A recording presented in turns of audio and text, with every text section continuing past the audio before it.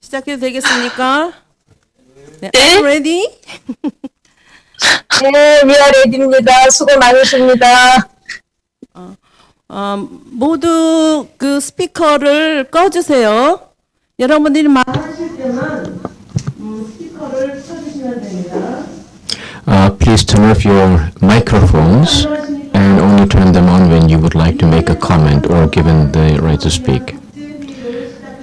Warm greetings from South Korea as whole. We now start the convocation for declaring a People's Korea Peace Agreement. And we deeply thank all who are participating tonight or very early in the morning from different time zones and different climates.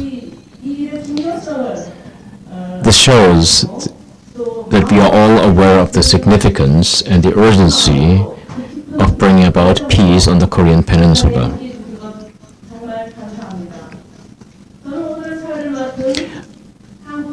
I'm the moderator for this convocation, and I'm the vice chair of the Reconciliation Reunification Committee of the NCCK, Reverend Lee Moon-suk.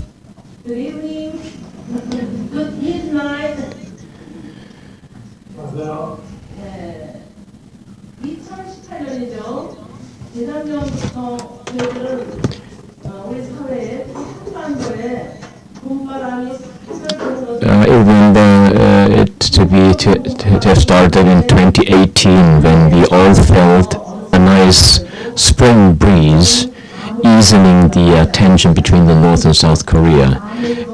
But compared to that time, 2 years after today, we feel a certain hardened tension between North and South.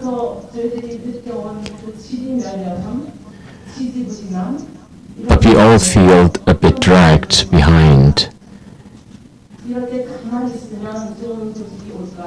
And we all felt the need that we cannot just stay calm. We strongly had the urge to do something, to push forward, to continue our discussions and discernment for peace on the Korean Peninsula.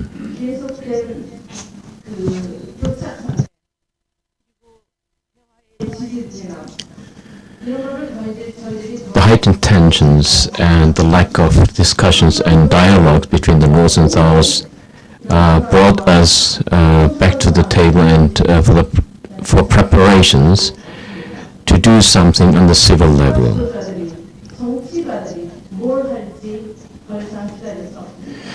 We cannot wait any longer for the government officials to do something to bring about peace or at least ease the atmosphere between North and South.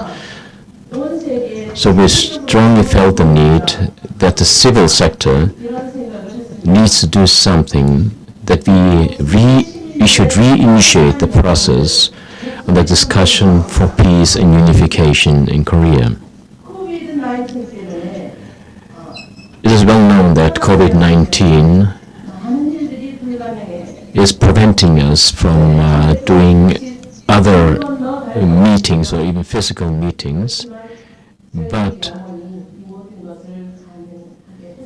we should not be prevented by COVID-19 or by anything else in our efforts and our strong wishes towards peace and unification. So we have decided to start this online peace convocation with the help of the National Council of Churches in Korea, the NCCK, along and with a lot of support from various partnering churches and even civil organizations.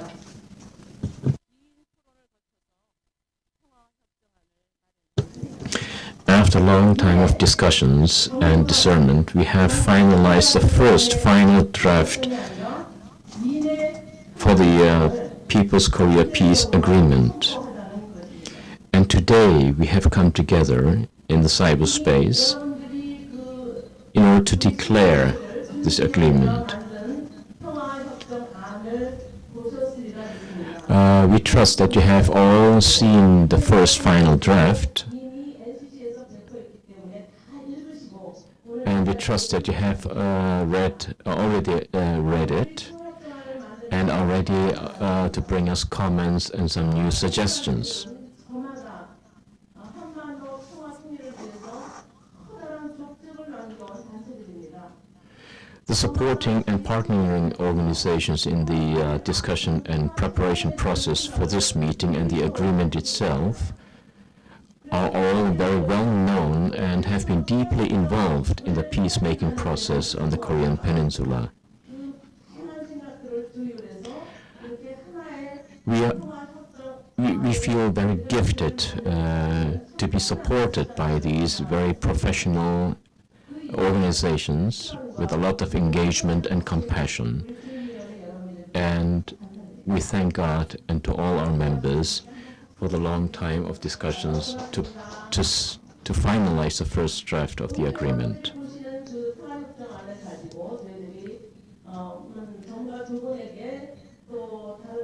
Today's convocation will compose of two presentations from experts commenting on the agreement, and will be followed by responses and comments and discussions on the floor.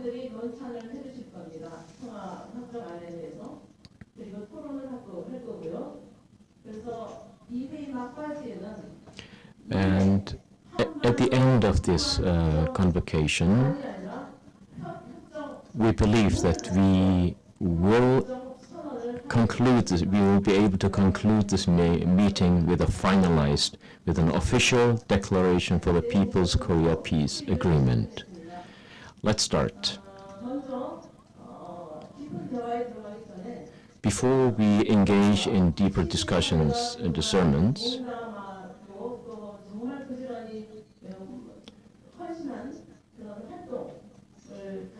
we would like to report to you what various organizations in Korea have been doing, have been engaging in themselves and committed themselves to the peace process on the Korean Peninsula.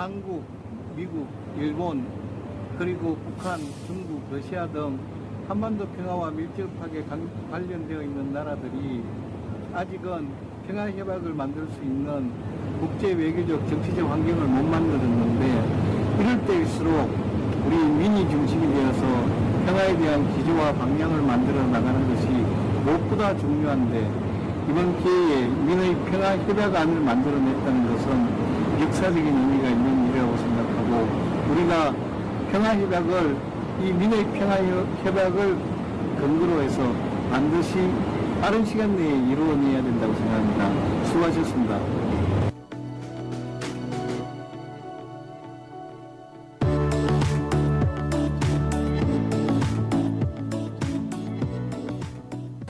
YWCA는 지난해 2019년 세계 YWCA 총회에서 한반도 평화협정 체결에 지지한다는 한반도 평화 체제에 대하여 세계 109개국 WCA가 연대를 결의하였습니다. 올해는 평화 구축 과정에서 여성의 참여를 강조하는 UNSCR 132도 20주년을 맞았습니다. 미네 평화협정은 여성을 비롯한 시민들의 참여로 평화체제를 만들어내겠다는 의지에서 만들어졌습니다. 이 미네 평화협정 선언으로 평화협정 체결이 앞당겨지고 한반도와 동북아의 평화가 있기를 소원합니다.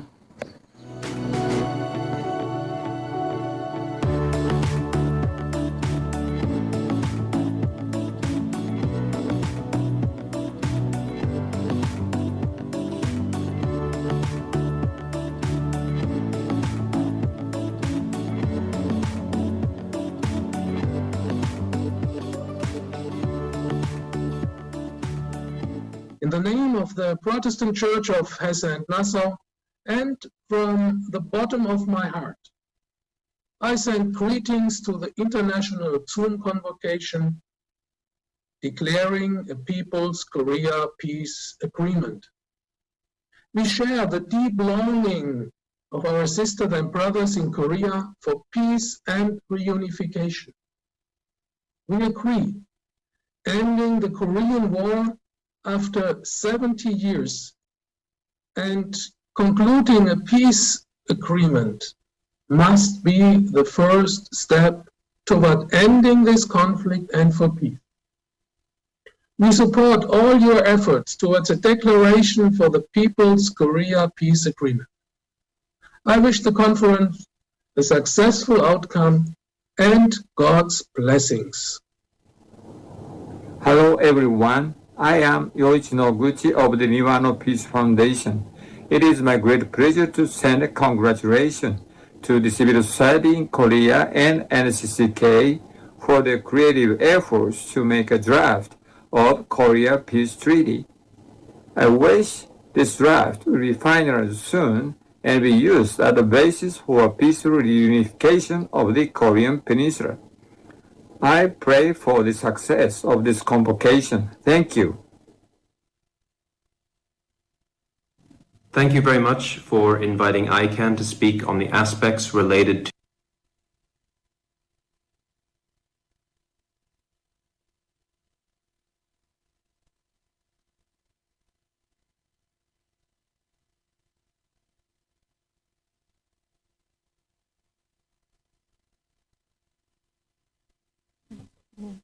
지금까지 시민사회 활동가 또 관계단체 대표님들 인사가 함께 있었는데요. 이어서 So far, we have been listening to the reports from various organizations and civil movements. We will now listen to the reports and greetings from the WCC.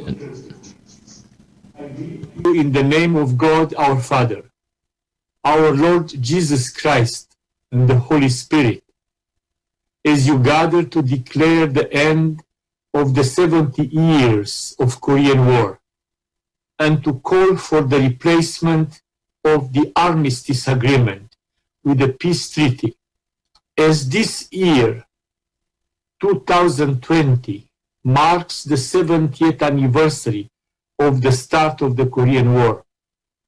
The World Council of Churches launched the Global Prayer Campaign as an ecumenical expression of solidarity with the people and churches in Korea.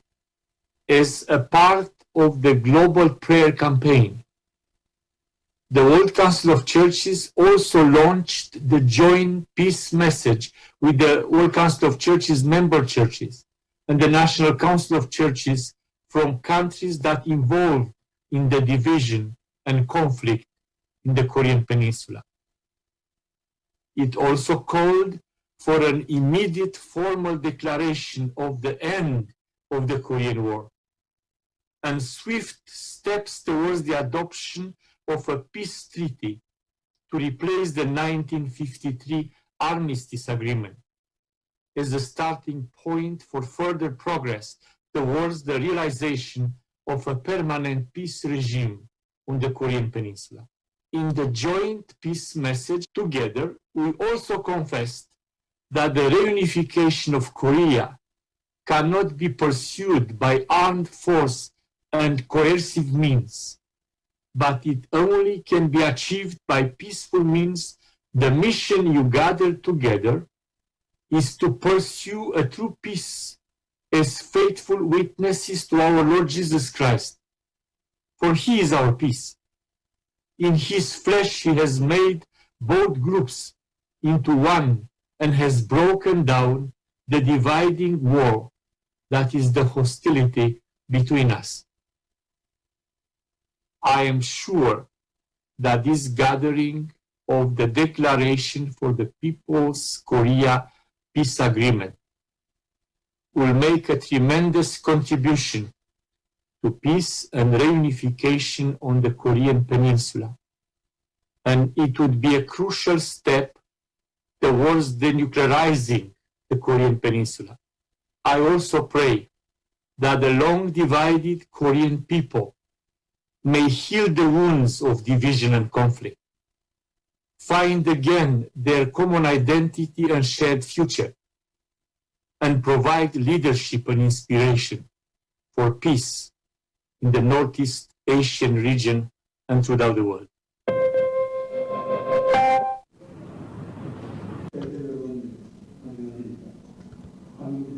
협의회가 제안해서 6.15 70주년을 맞이해서 평화협정 체결 국제회의를 개최하게 된 것을 진심으로 환영하면서 감사드립니다. 생각해보면 76년에 한국 전쟁은 그야말로 500만 명의 인명 손실이 있었고 또 모든 시설과 가옥들이 파괴된 폐허가 된 그런 상태였습니다. 이제 우리는 이러한 참사를 다시 되풀이되지 않도록 해야 되겠습니다. 한반도의 평화와 통일을 위해서 이런 평화 체결 운동은 통일에 큰 힘이 될 것이고 지름길이 될 것이라 믿습니다. 다시 한번 대표자 여러분들께서 한반도의 평화와 통일을 위해서 깊은 애정과 관심을 가지고 논의해 주시길 부탁드리면서 인사 말씀에 대신하겠습니다. 고맙습니다. My name is Liberato Bautista. On behalf of Congo, the Conference of Non-Governmental Organizations in Consultative Relationship with the United Nations, of which I am President, I greet you in peace and express my solidarity and prayer for the success of this convocation aimed at declaring, I am well aware that the United Nations' goal to, quote, save succeeding generations from the scourge of war, unquote, remains an unfinished business. The Korean War is a testament to this unfinished business, and this declaration of a People's Korea Peace Agreement is the resolve of the Korean people to put an end to this war. One of the basic principles of the People's Korea Peace Agreement is its expressed abidance by the United Nations Charter. It is timely and right to express such abidance on the 75th anniversary year of the foundation of the United Nations.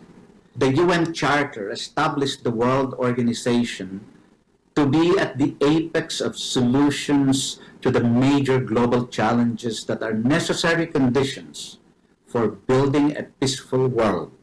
It is crucial and primordial that the United Nations and the international community listen to the deep longing of the Korean people for peace and justice in the peninsula, in the region, and in the world.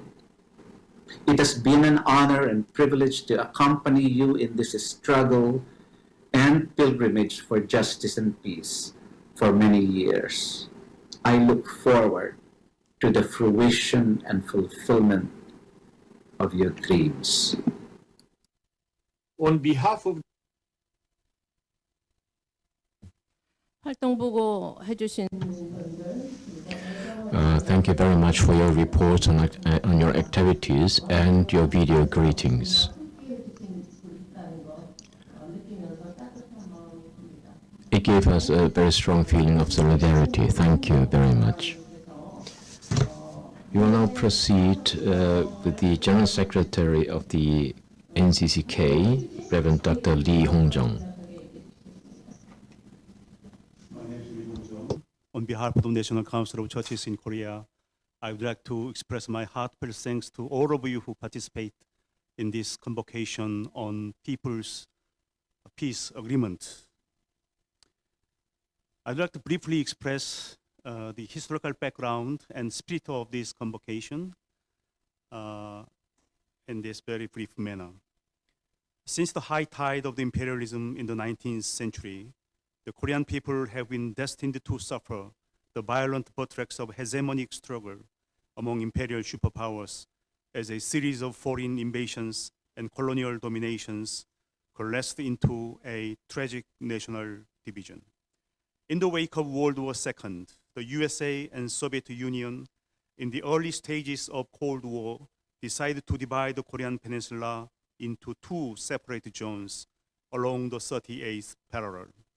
This inevitably led to antagonistic systems of government, with the establishment first of the Republic of Korea in August of 1948, and then the Democratic People's Republic of Korea the next September, each claiming total sovereignty of the peninsula, a recipe for war. From 1948, seeing the division of Korea as controversial and temporary, the armed forces of each side engaged in a series of bloody conflicts along the border and eventually triggered the Korean War on June 25, 1950. The UN intervened to protect the South, sending a USA-led force because Seungman Lee, the president of ROK, refused to accept the armistice and continued to urge the reunification of the country by force. The Korean Armistice Agreement was signed on July 27, 1953 by the three powers only: USA UN Command, Korean People's Army, and Chinese People's Volunteer Army. It was designed to ensure a complete cessation of hostilities and of all active armed force in Korea until a final peaceful settlement is achieved, supposedly in 3 months. This hot Cold War solidified the division, and the absence of a final peace settlement perpetuated Cold War alliances. During and after the Korean War, the USA established two important treaties in Asia, one with Japan in the Security Treaty based on the San Francisco Peace Treaty of 1952, and one with South Korea in the Mutual Defense Treaty based on the Armistice Agreement in Panmunjom in 1953. The San Francisco Panmunjom regime served as the USA Asia-Pacific backbone in its Cold War-oriented complex regime. This negative peace system distorted the relationship between Koreans on the peninsula, institutionalizing both division and violence against all those declared as enemies. Thus, the People's Life Security fell victim to each state government seeking to solidify its own respective power as a sacrificing their own people under the pretext of peace and security. The division of the Korean Peninsula was the most reckless compromise between the USA and Soviet Union based on a short-term tactical expediency. It embodies the most painful remnant of the ignominious ideological political turbulence of the Cold War era. This division and the Korean War violate the divine covenant. They are structural sins against God, humanity, and nature, and they contradict God's will for the fullness of life for all. If we consider the Korean people's history from the perspective of God's entire salvific action for the world, the division of the Korean Peninsula cannot be the end. From a people's theological perspective, the division of the Korean Peninsula is an omega point from which the wheel of transformation must spring up to achieve a total renewal. So God's people are called to healing and reconciliation, to developing a positive peace in our daily life by enhancing people's life security, dismantling the Cold War division system. Thus, the Korean Peninsula arises as a new creation of Jubilee in which the truth reigns. This is the historical background and the spirit of today's preemptive declaration of a People's Korea Peace Agreement by a global religious and civil society, as we remembering the signing the Armistice Agreement in the year of the 70th anniversary of the Korean War. Thank you very much. 네, 고맙습니다. Yes. Thank you very much, Mr. General Secretary. 한반도에 어떤 일이 일어났는지, 한반도를 둘러싸고 어떤 일이 벌어졌는지 간략히 This year we are commemorating the 70th anniversary and memorial of the Korean War. In light of this, this peace convocation has its meaning and significance in the whole history of our movement towards peace and unification. Now we are going to listen to two presentations. One of them is Mr. Chung Uk-sik from the Korea Peace Network. And the other one is Ms. Heran Oh from the Solidarity for Peace and Unification of Korea. These two organizations also were very deeply involved and engaged in the drafting of the agreement, which is going to be declared today.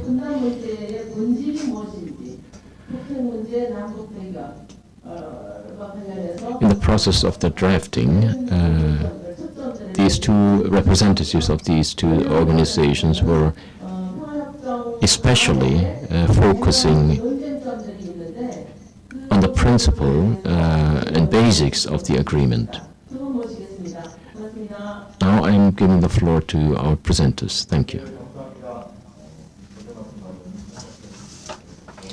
Yes, thank you very much. My name is Chung Uk-sik.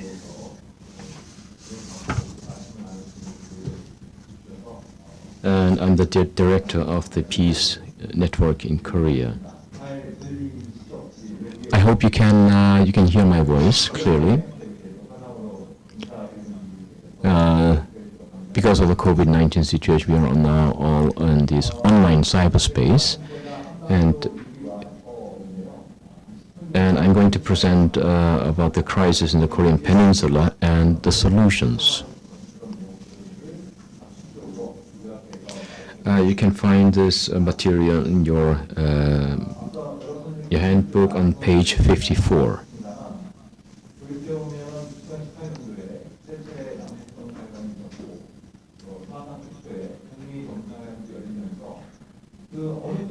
In the past, we have seen several summits between the North and South, culminating the last Panmunjom meeting, which gave us all a very historical meaning. But after that last meeting, which was praised as a great success, it is very unfortunate that the atmosphere of reconciliation and peace has cooled down.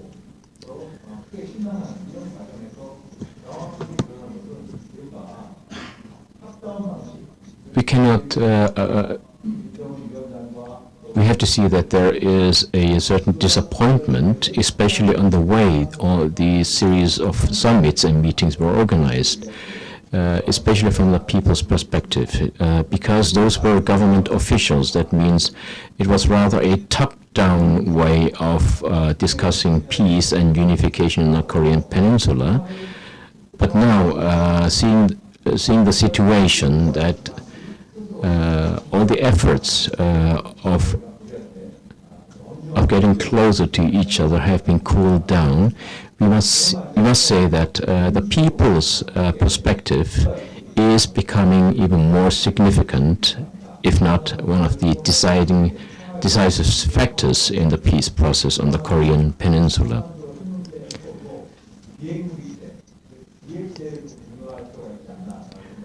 From the people's perspective, especially the nuclear-free zone aspect must be discussed as one of the key points.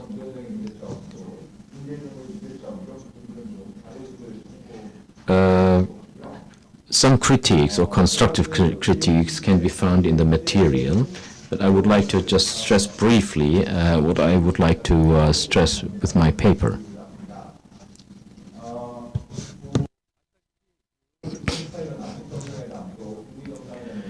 As you all know, in 2018 we had this big summit, and it was agreed to pursue with the nuclear-free zone of the Korean Peninsula. But so far there have been no agreement on the concrete outcome or concrete shape of making the Korean Peninsula nuclear-free. It only exists as a concept rather as concrete means.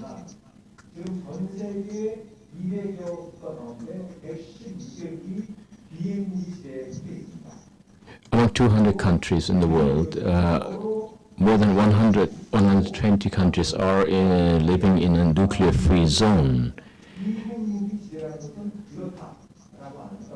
So there is in the international scene, there is a common understanding and concept what nuclear-free zone means.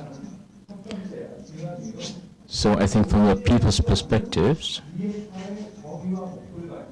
we need to discern and set a concept. We have to conceptualize our thoughts and wishes on a nuclear-free zone of the Korean Peninsula. So this should be one aim we have to look at in our declaration. The second point I would like to raise is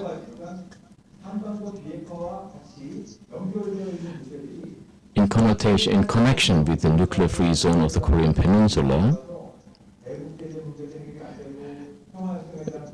we must see that the negotiations for peace has been stalled and the sanctions against the North are still active. So in this situation, we need to look into these matters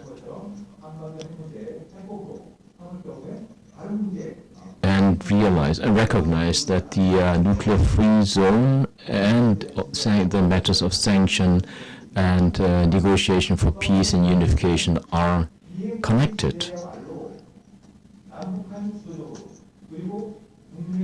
And I believe that the denuclearization of the Korean Peninsula is one significant and very important point that the Korean people have to initiate.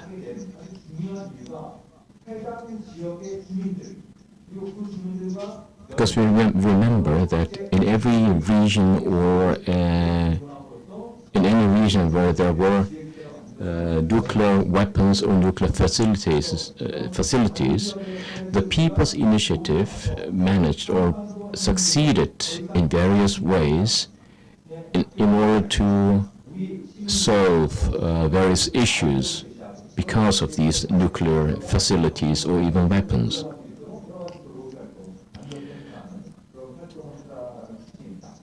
So from various angles, the people's organizations, the civil movements, from the people's perspective, have to work together in order to achieve certain level of discussion, even with the government.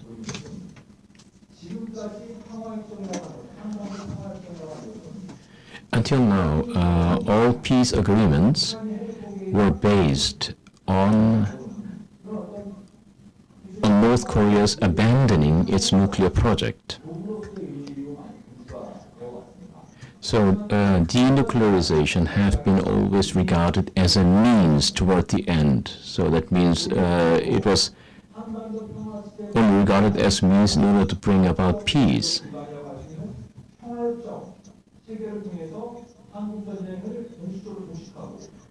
But now, from the people's perspective, we have to see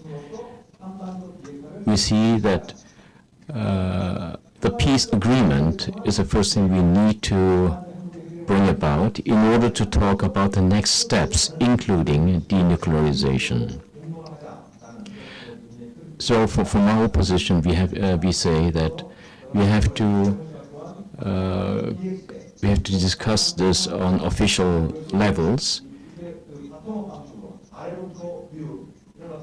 and try our best to not to do it again as a top-down way, but from the bottom to the top. So listening to the people's voices. Thank you. Yes, thank you very much.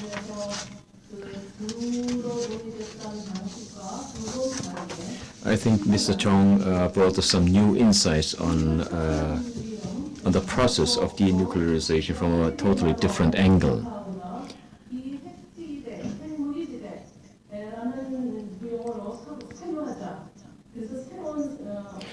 So his presentation right now has brought in some new elements. Not to see the denuclearization process and making the Korean Peninsula as a nuclear-free zone, not as a means, but an element for the peace, for peace on the Korean Peninsula.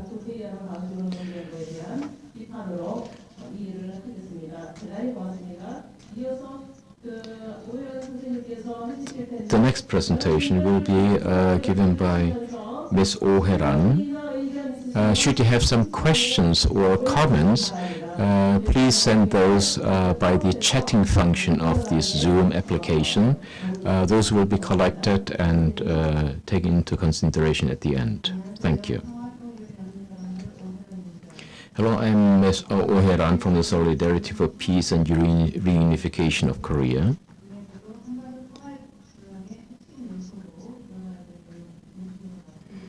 Today I would like to share you our opinion on centering on key elements of the peace agreement.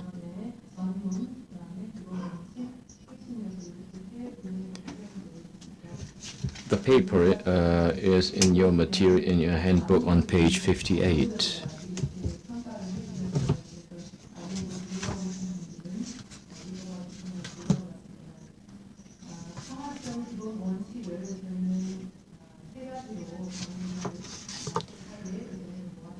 We have been discussing about the basic principles of the peace agreement on about 3 elements.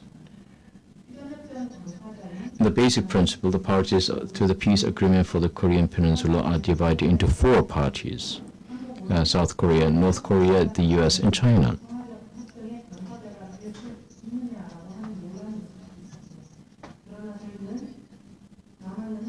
There have been some discussions disposed on whether South Korea should become a signatory to the peace agreement because it was a combating party to the Korean War and has, of course, a strong military power.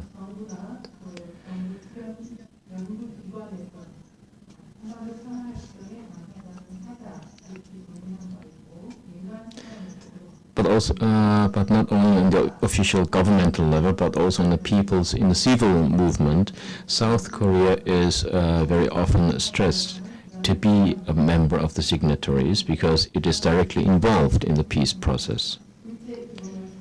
The second basic principle will be the stipulation of basic principle of compliance with the UN Charter, respect for existing inter-Korean agreements on peaceful unification, and support for peace and unification efforts between the South and the North.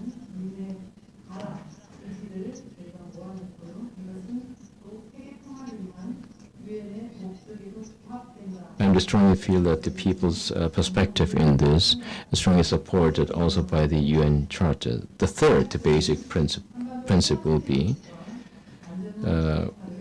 when the peace agreement is concluded, it should include a process for the simultaneous and step-by-step implementation of a peace regime and complete denuclearization of the Korean Peninsula.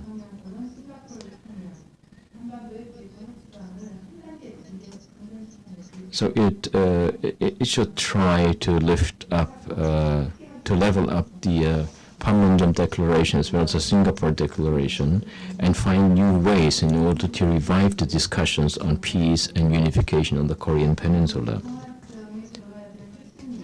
In the next part, I would like to introduce some key elements of the peace agreement.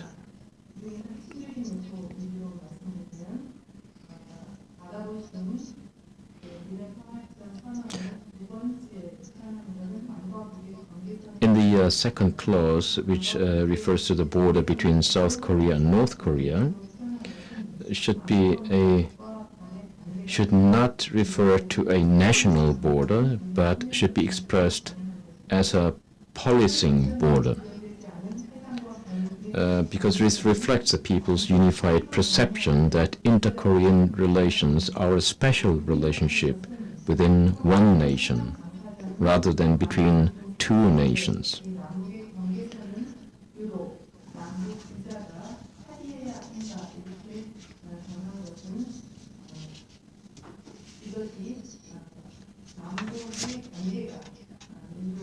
Because that should also show that the policing border is based on a mutual agreement between the North and South and not brought about by external forces.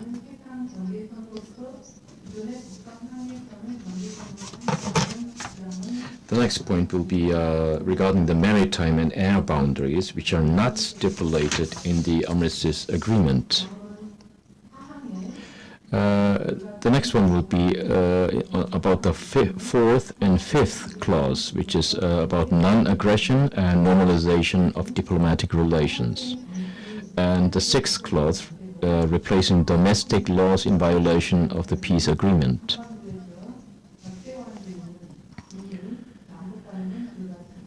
As a peace agreement should not be merely a recovery of peace, but a guarantee of the continuity of a state of peace, then non-aggression measures between North and South Korea, abandonment of use of force as a means of resolving disputes.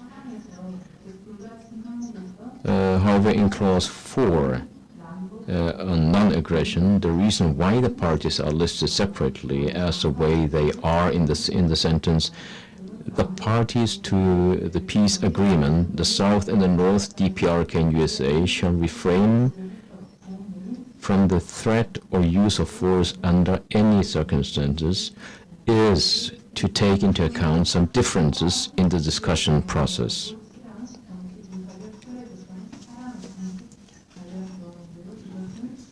Furthermore, there are some other comments in the material you have. Also in the 7th clause, as well as the 9th and 10th clause, which are dealing with the denuclearization process and dismantlement of the UNC and withdrawal of foreign troops.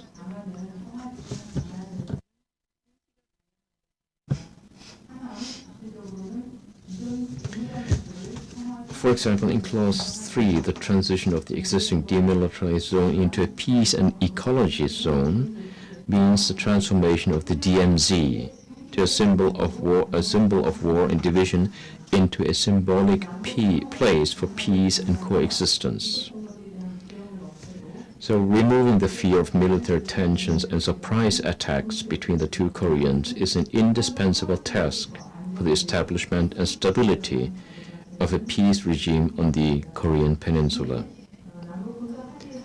Following the Inter-Korean Joint Military Agreement from September 19, 2018, reaching an agreement on overall military confidence building and disarmament, including a ban on military drills of a certain size or more, and restrictions on the deployment of troops and weapons, will mark the stability and continuation of a peace regime on the Korean Peninsula.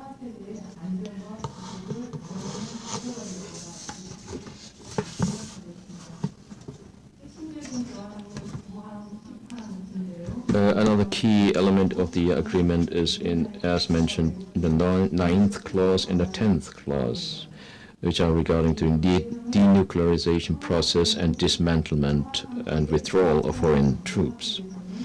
These two clauses reflect the unified opinion of the people that a peace agreement must include denuclearization and the withdrawal of foreign troops along with disarmament between the two Koreas.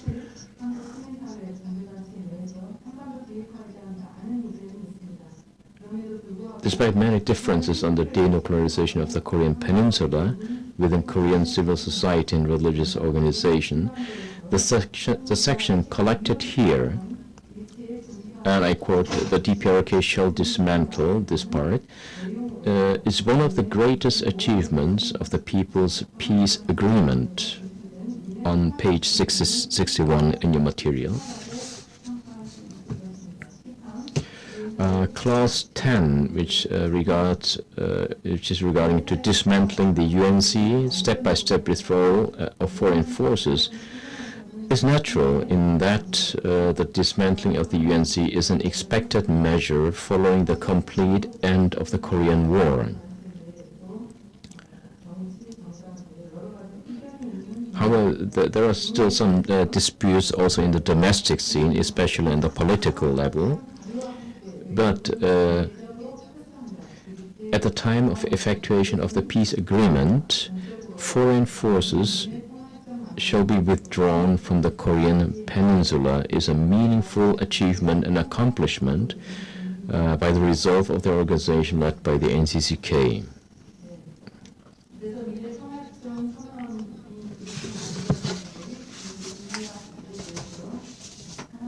At the last point, I would like to introduce the meaning and challenge of this People's Peace Agreement. This is to guarantee the realization of the state of peace and the end of the Korean War.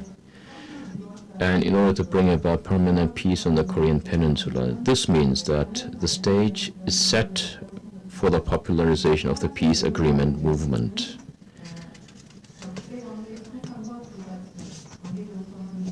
It is agreed that in relation to the contents of the peace agreement, to ensure the continuation of the state of peace, the elimination of hostility, and to guarantee non-aggression, there is a necessity to include military measures such as building military trust and disarmament.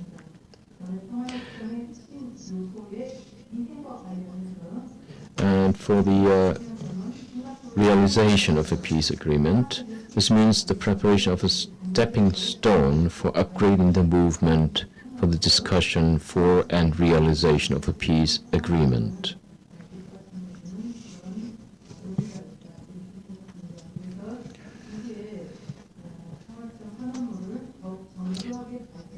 In light of this, through the first steps, which is now written in our peace agreement, which will be a cornerstone for further developments, we believe that through various discussions and discernment in the future,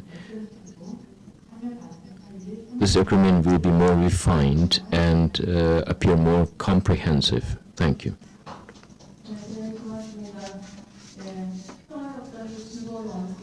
Yes, thank you very much. I think we are grateful that we have been introduced to the basic principles and to the key elements of the peace agreement. Thank you. And I think we all have now confirmed, we have been able to confirm that the peace agreement has a deep, significant meaning in the whole peace process on the Korean peninsula. We will now follow to the comments and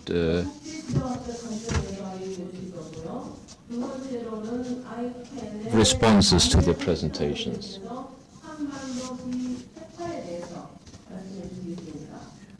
The first one will be Mr. Peter Prue from the CCIA,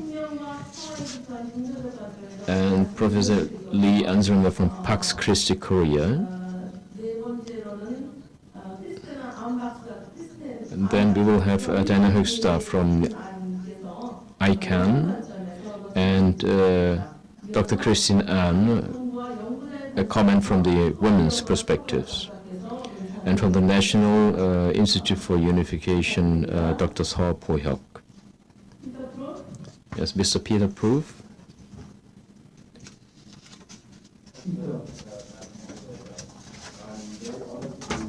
To join this important gathering on behalf of the World Council of Churches, and delighted to see so many friends and colleagues here in this virtual space. My comments will, I hope, not only repeat, but maybe serve to underline and affirm some of the key points made by the previous speakers. The 1953 Armistice Agreement's stated objective is to ensure, quote, a complete cessation of hostilities and of all acts of armed force in Korea until a final peace settlement is achieved, unquote. Indeed, Article 4 of the agreement recommended that a higher level political conference be held within 3 months, quote, to settle through negotiation the questions of the withdrawal of all foreign forces from Korea, the peaceful settlement of the Korean question, etc., unquote. A conference was actually held in Geneva, Switzerland, in April 1954, focusing on both the conflict in Korea and the conflict in Indochina. Sadly, no progress was made towards a peace agreement for the Korean Peninsula, and it is said that the United States actually avoided discussing the possibility. The Armistice Agreement also included a commitment in paragraph 13D that neither side would introduce new weapons into Korea other than peace-for-peace replacement of equipment already present. But in 1956-57, the United States announced that it was unilaterally abrogating paragraph 13D by introducing nuclear weapons onto the peninsula, which it proceeded to do so, ultimately in the hundreds, up to the early 90s. In 1975, the UN General Assembly adopted Resolution 3390, underlining the need for the Armistice Agreement to be replaced by a peace treaty and for the Armistice Agreement to be observed in the meantime. Likewise, in October 1996, the UN Security Council, by a statement of the President of the Security Council, Honduras at that time, urged that the Armistice Agreement should be fully observed until replaced by a new peace mechanism. For its part, since 1994, North Korea has repeatedly declared that it would no longer abide by the Armistice Agreement, stating that it regarded the US deployment of Patriot missiles in South Korea as terminating the armistice. On the 28th of April of that year, North Korea announced that it would cease participating in the Military Armistice Commission, but would continue contact at Panmunjom through liaison officers and maintain the general conditions of the armistice. Obviously, the 1953 Armistice Agreement, violated and abrogated by both sides, is a very shaky foundation on which to build peace, and a peace treaty is therefore long overdue. And since the relevant political actors have failed for 67 years to fulfill this responsibility, the initiative for a people's peace agreement for the Korean Peninsula is very welcome.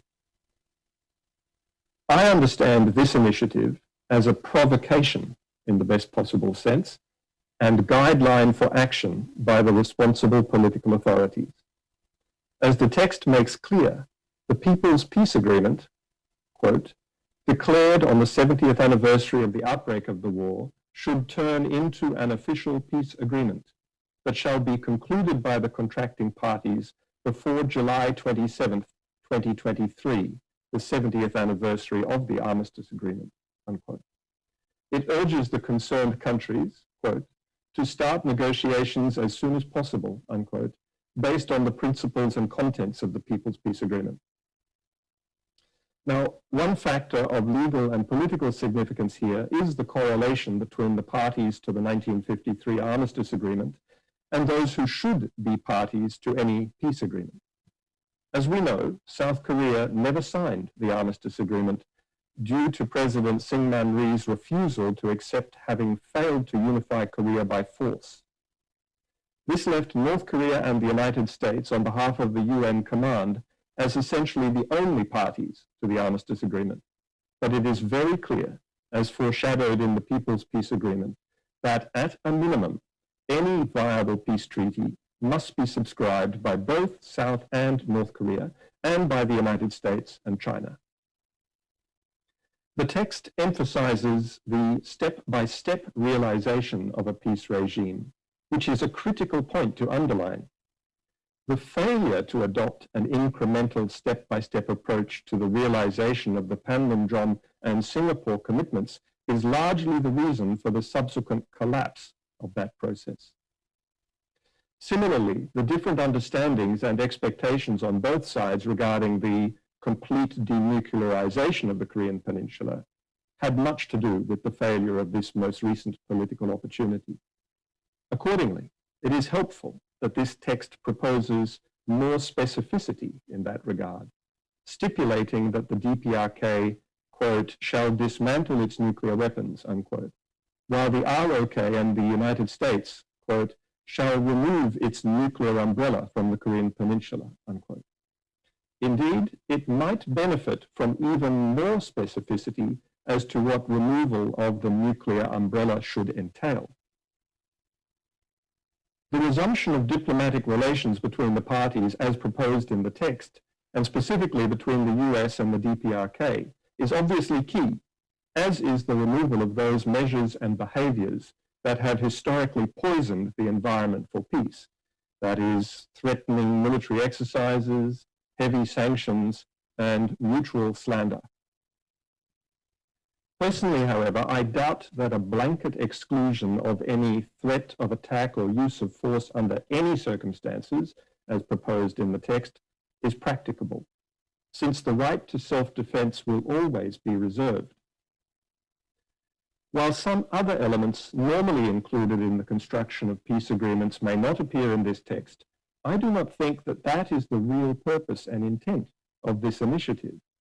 Its real purpose and value is as a civil society initiative to take up leadership for peace.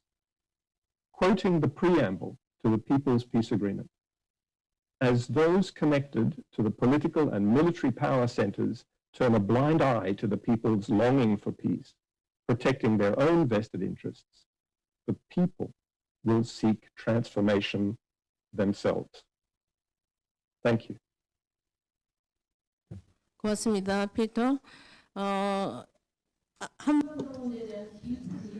Yes, thank you very much. I think Mr. Peter Proof just gave us his opinion and his presentation based on a very profound understanding of the current condition and situation on the Korean Peninsula. And I trust that we all feel a great support from him. Thank you. The next one will be Daniel Hickster from ICANN. ICANN to speak on the aspects related to the denuclearization of the Korean Peninsula. We commend you for completing the People's Korea Peace Agreement, which is a vital step forward for achieving peace in the region. As you will be aware, this year is the 75th anniversary of the atomic bombings of Hiroshima and Nagasaki, which will be on August 6th and 9th. To commemorate this important anniversary, ICANN will call on all people to honor the hibakusha, including the tens of thousands of Korean hibakusha. Honoring is celebrating the lives they lived and the work they did and inspired toward the abolition of nuclear weapons. We honor their many sacrifices and celebrate their many victories. We honor those who did not survive the inhumane attacks on Hiroshima and Nagasaki, and we honor the many victims of the nuclear weapons destructive machinery by recognizing victims of testing and environmental destruction since the first testing and use of nuclear weapons. To honor them, we must not simply remember them, we must act. And action is precisely what this People's Korean Peace Agreement represents. As we all here know, the existence and threat of use of nuclear weapons on the Korean Peninsula is an unacceptable humanitarian risk. The fallout of any attack will not be contained. Any strike on Pyongyang will blanket Seoul in deadly radiation, and vice versa. Before the summits took place in Singapore and Vietnam between the United States and DPRK, ICANN outlined 5 elements essential to the denuclearization of the Korean Peninsula. I would like to summarize these points here, which are mutually reinforcing with the peace agreement, which says, the DPRK North shall terminate its nuclear weapons program, and the ROK South shall be removed from the USA's nuclear umbrella. The contracting parties shall ban all military and technical actions that could pose a nuclear threat to the Korean Peninsula. First, both parties must recognize the risk of nuclear use and the unacceptable humanitarian consequences of such use. A single nuclear weapon detonated in a popular area could kill hundreds of thousands or millions of people. Climate scientists believe that even a limited regional nuclear conflict would disrupt the global climate, causing widespread crop failure and famine. Nuclear weapons release vast amounts of energy in the form of blast, heat, and radiation. Almost everything close to ground zero would be vaporized. Ionizing radiation kills cells, damages organs, and can be acutely fatal. Over the course of a lifetime, the risk of cancer, chronic disease, and genetic damage is greatly increased, especially for women and children. In the aftermath of a detonation, local and national emergency response capacities, if they existed at all, would be overwhelmed by the extent of the humanitarian needs. As the International Committee of the Red Cross has stated, there is presently no effective capacity at the international level to deliver appropriate humanitarian assistance to survivors if nuclear weapons were ever to be used. Given the uniquely comprehensive scale of the destruction, the injured, sick, and dying would be largely left to fend for themselves in horrific environmental circumstances. The risk of the use of a nuclear weapon, whether intentional or accidental, has been greatly underestimated and in many cases misunderstood. Vulnerabilities are inevitable in the systems for the management and operation of nuclear stockpiles, where human error and system failures can quickly lead to unexpected and disastrous results. The combination of outdated systems for command and control with advancements in methods of cyber attack compel us to confront the reality that nuclear weapons can never be managed safely. Denuclearization of the Korean Peninsula means not only dismantling the DPRK nuclear weapon program and permanently prohibiting the stationing of US nuclear weapons in the Republic of Korea, but also creating a sustainable nuclear-free Korean Peninsula that will be part of the peace process. And that is precisely what the People's Korean Peace Agreement seeks to accomplish. Second, both parties must reject nuclear weapons by joining the Treaty on the Prohibition of Nuclear Weapons and rejecting any role for nuclear weapons in their security policies. Joining the TPNW would oblige the DPRK immediately to cease any development, production, and manufacture of nuclear weapons. The DPRK would also be obliged to eliminate its nuclear weapons program and to resume implementation of safeguard provisions. But the ROK also needs to denuclearize in a way. It must reject nuclear weapons fully, including the threat of nuclear attack on their behalf, or assisting, inducing, or encouraging the development, possession, or use of any nuclear weapons. The TPNW provides the mechanism to do so.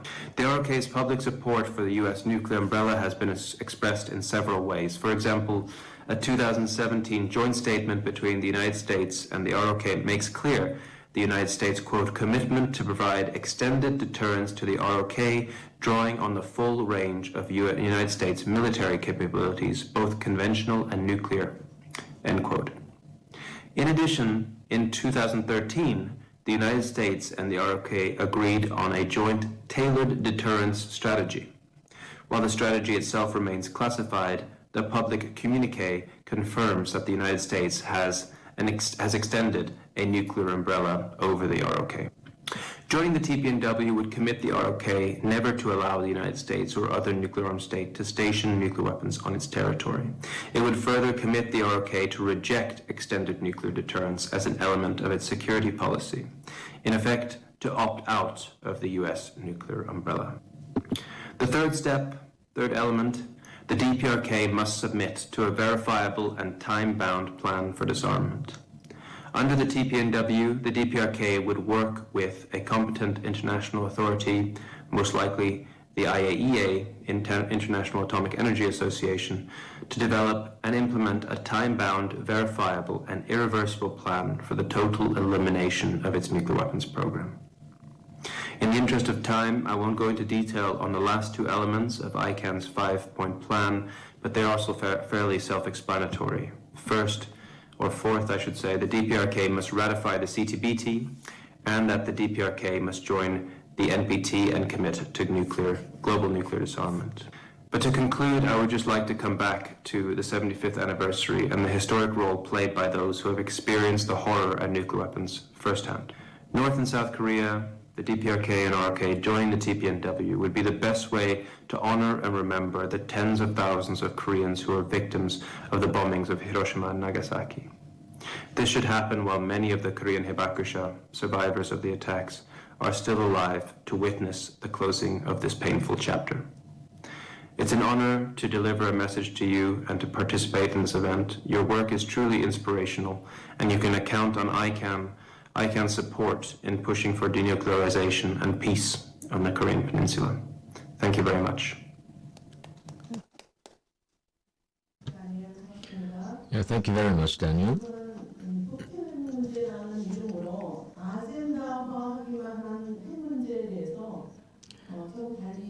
So far, we have been dealing with the nuclear problem as an agenda, as a political agenda, but I think I can help us to look also from different angles towards the nuclear issue.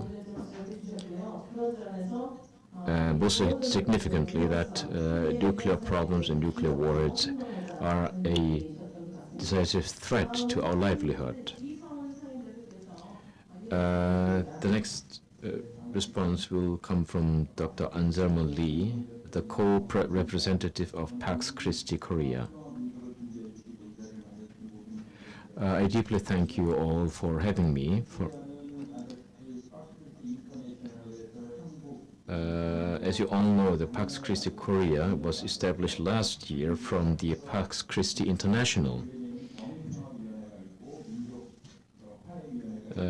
Less than a year ago, with like-minded Catholics interested in promoting and strengthening peace dimensions, the pillar of Catholic social teachings and practice. We also have, its membership includes lay people as well as clergy, including bishops. It is a member of Pax Christi International. The PCI and its members have expressed its concerns and solidarity on peace issues in the Korean Peninsula since 2017.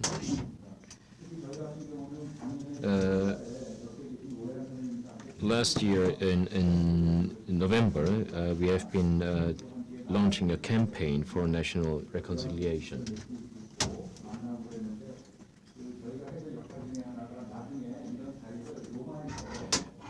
Our strongest wish is to have this kind of meeting among the Catholics, inviting all others also in Rome.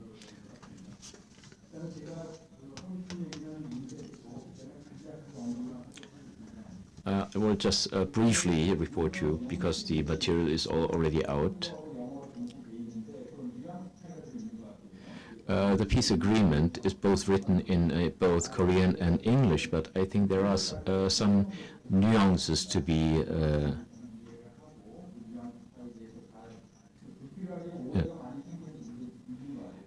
sometimes the nuances between the languages can also cause some misunderstandings.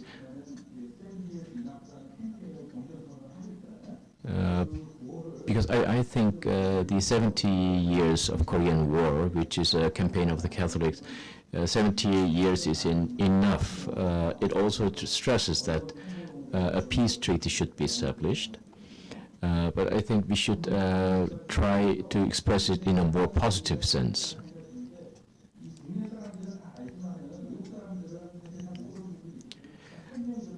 Although the peace treaty is very well written, thank you very much, but I think for many Koreans, the issue around the peace treaty is very well known, unlike to our friends, of course, except those who are very interested and engaged in the Korean Peninsula issue, but the wider majority, I think, is rather ignorant towards the Korean Peninsula issue. So there should be some explanations also included in this peace agreement.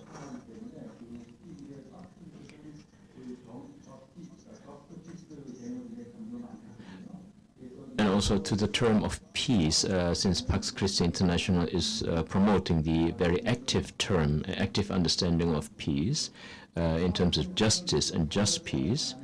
I think the peace agreement should include this sense a little bit more. this also should be connected with the right for peace and right for livelihood.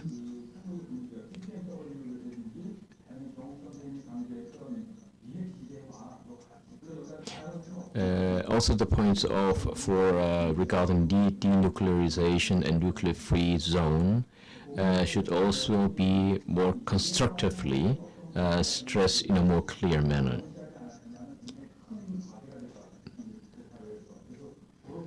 Because these kind of things will be a huge task that lay before us. There should be a bit more clarity on this point on nuclear issues. Lastly,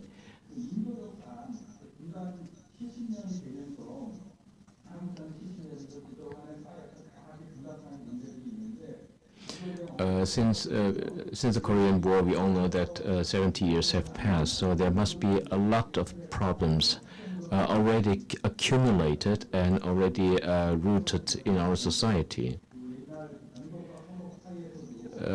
Therefore, we should maybe give some efforts to make some more studies and also to include the issues of the former East and West Germany.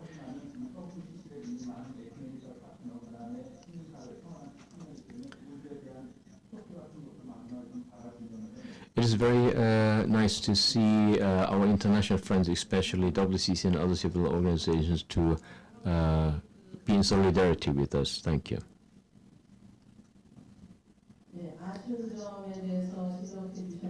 Yes, Dr. Lee has commented on some issues that should be covered and maybe enhanced in our peace agreement.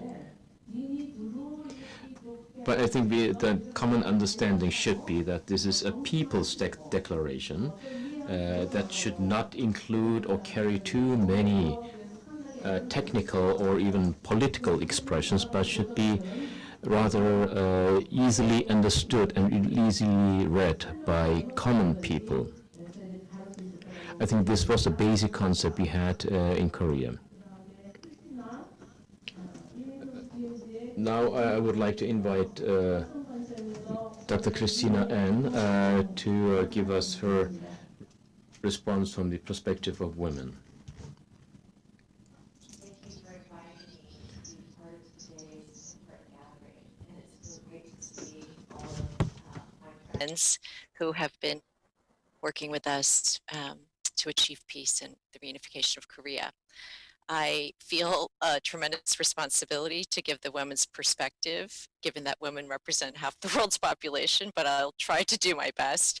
I'd say I'm building on Chung-wook Shik's point about how do we democratize this peace process. And there were a few passages that really struck me to help us think how we will get to such a peace agreement. I love this passage about we must seek transformation themselves.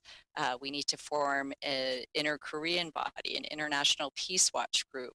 A peace regime on the Korean Peninsula should be based on the participation of people. As a movement for peace in Korea, we focus a lot, I think, on the parameters of a peace agreement, when I believe we should actually spend more time deliberating how to make the peace process more democratic. How do we build the architecture so it is more participatory and effective?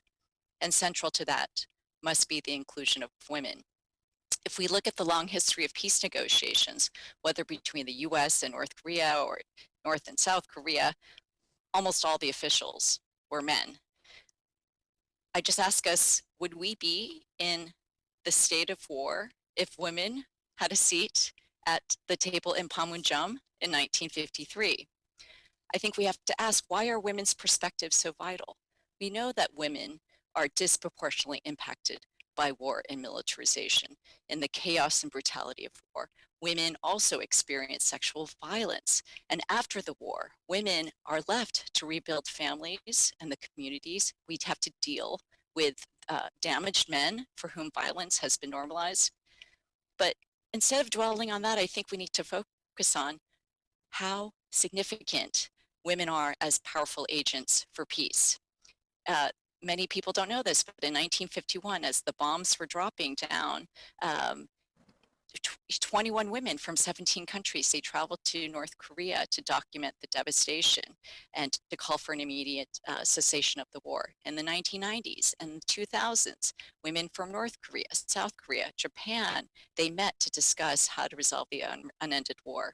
And then in 2015, we were among that legacy of women to trailblaze by crossing the DMZ. So not only have women been on the front lines calling for peace, now we know that when women are involved in peace processes, it actually leads to a peace agreement, and one that is more likely to last. So although we may not have been able to reach the formal negotiating tables, I think it's really important to note how important of a role women play in building the political will for peace. According to new research from Georgetown University, worldwide, women's groups were involved in 71% of informal peace processes between 1991 and in 2017. And just to share from our perspective at Women Across DMZ, you know, we have been playing an important role mobilizing grassroots communities to pressure congressional representatives to co-sponsor House Resolution 152, calling for an end to the Korean War with a peace agreement. We have 45 co-sponsors. That may not seem a lot, but I tell you, as somebody who has been walking the halls of Congress, this is significant to have that kind of support within the US Congress to call for an end to the Korean War. And, you know, I think about, for those of you that met us in 2015 when we crossed the DMZ, you think about the attacks on women, that we didn't believe in human rights, and how dare we go and meet with the North Koreans. Well, just recently, the UN Special Rapporteur on North Korea, Thomas Quintana, issued a statement saying that the US should negotiate a peace agreement with North Korea separate from a denuclearization deal, because that will lead to the improvement of human rights. And in his report to the Human Rights Council in Geneva, he cited that government should listen to Women Across DMZ and the Korea Peace Now campaign. So I have to say that a lot of that was the bravery and courage of the South Korean women who were willing to work with us to coordinate everything in our safe passage across the DMZ. And so they are building the political will, and we owe a tremendous debt to them that led to, I think, the historic Inter-Korean Peace Summits a few years ago. I have a lot more information about the historic role, and we obviously know that this is the 20th anniversary of 1325. There are now tremendous international laws and norms about advancing women, peace, and security. And thanks to the extraordinary work of our partners, the Korean Women's Movement for Peace in South Korea, which is the coalition of YWCA, Women Making Peace, Yeoyeon, the Korean Women's Association United, they were able to push for the first ambassador of gender equality. And so President Moon appointed that. So that is going to be a significant role, I think. And, you know, when we look at who has been involved in the official negotiations recently, we only have seen South Korean Foreign Minister Kang Kyung-hwa. We've seen the North Korea's first Vice Minister, Choi Son-hee. We've seen Kim Yo-jong, and we have barely seen Alison Hooker from the U.S. National Security Council. This mirrors, actually, I think it's less than the global low average of 13% of female negotiators in the formal peace processes. And so, you know, in order, I think the key data point is that actually what has been really effective in leading to a peace agreement is that there is a channel that is between the women official negotiators and a powerful women civil society. And so in order for that to happen, we need to invest in this women's peace movement. We need a strong South Korean women's peace civil society movement to have the capacity to engage at that high level, but also to be engaging with the rest of us around the world that want and need to ensure that we formally end the Korean War. So I just want to say that, you know, as somebody that lives in the United States, we are in a moment in this country where for the first time we are talking about reducing the Pentagon budget. We know that the Korean War is what inaugurated the military-industrial complex in this country. And for right now, we have an opportunity where we have an audience in the United States that we are saying, ending the Korean War, this is what the two Koreas want. And we have an opportunity, we have a responsibility as the nation that divided the Korean Peninsula, that waged a brutal, horrific war on the Korean Peninsula, and is still like putting its foot down literally on the Korean train tracks that the two Koreas want to reunite. And so we are so excited that there is this civil society peace movement that has been launched, this campaign, and this People's Peace Treaty, but we need to put the people at the center, and I hope that we put women in the front to help us end this war. Thank you very much. 크리스틴 대단히 고맙습니다. 어떻게 Yes, thank you very much, Christina. Christina has shown us that the people's perspective also includes the women's perspective, but should enhance and widen the role of the women. And she reminded us about the role and achievements of the women in the whole peace process.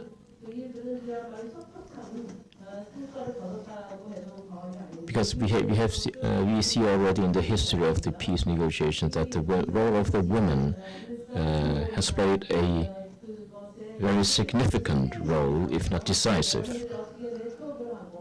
So it is very important that the women keep and strengthen their network that enables them and gives also a platform for communication in the whole peace process. Thank you very much.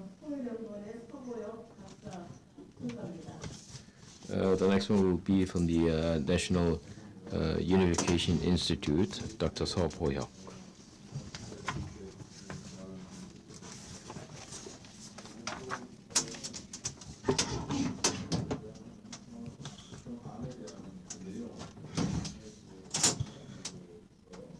I will concentrate myself on the content and the concrete points of the agreement.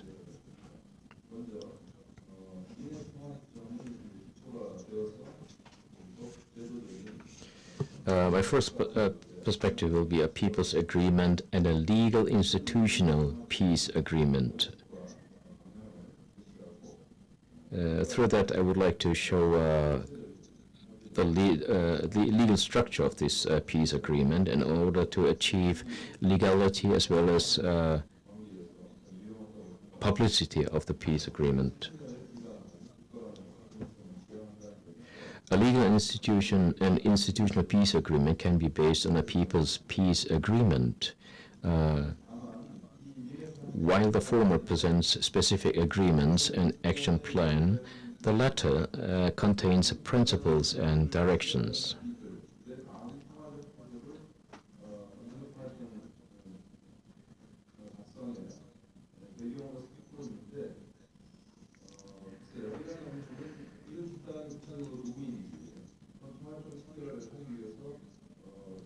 This relation is used when looking at the two as complementary. So the people, the concept of people should be more concretized.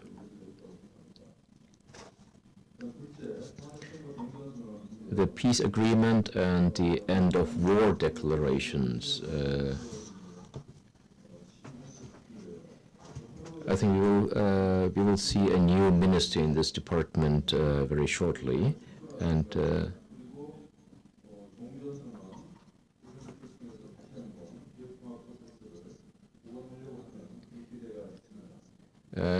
we all know that the efforts of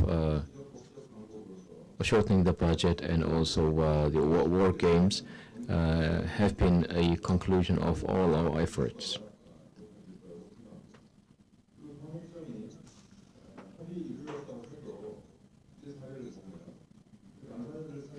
the contents and form of the peace agreement may vary, and in the case of the Korean Peninsula, it is necessary to consider alternatives suitable for its context. Because we have seen concrete examples that even after the enactment of the peace agreement, there have been many problems that led to other negative results. So we should be more interested and actively work towards a declaration that is a legally binding one.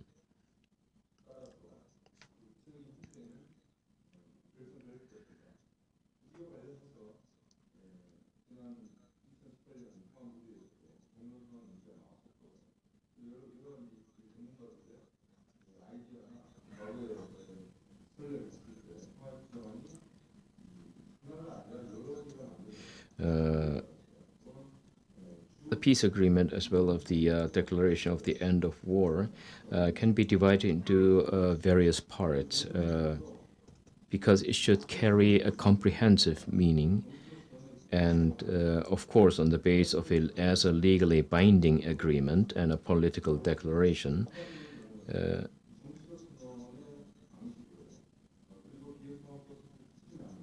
Therefore, through this, it can carry a legal as well as a political meaning.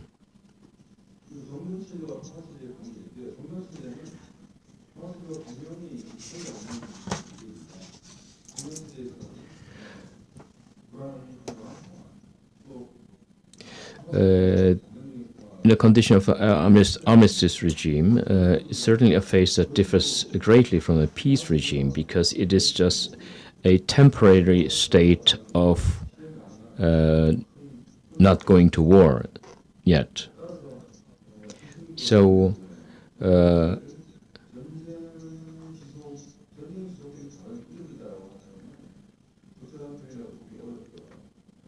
I think the expression which is in the peace agreement to express the armistice regime and as armistice state as an ongoing wartime state, it doesn't appear to be really appropriate.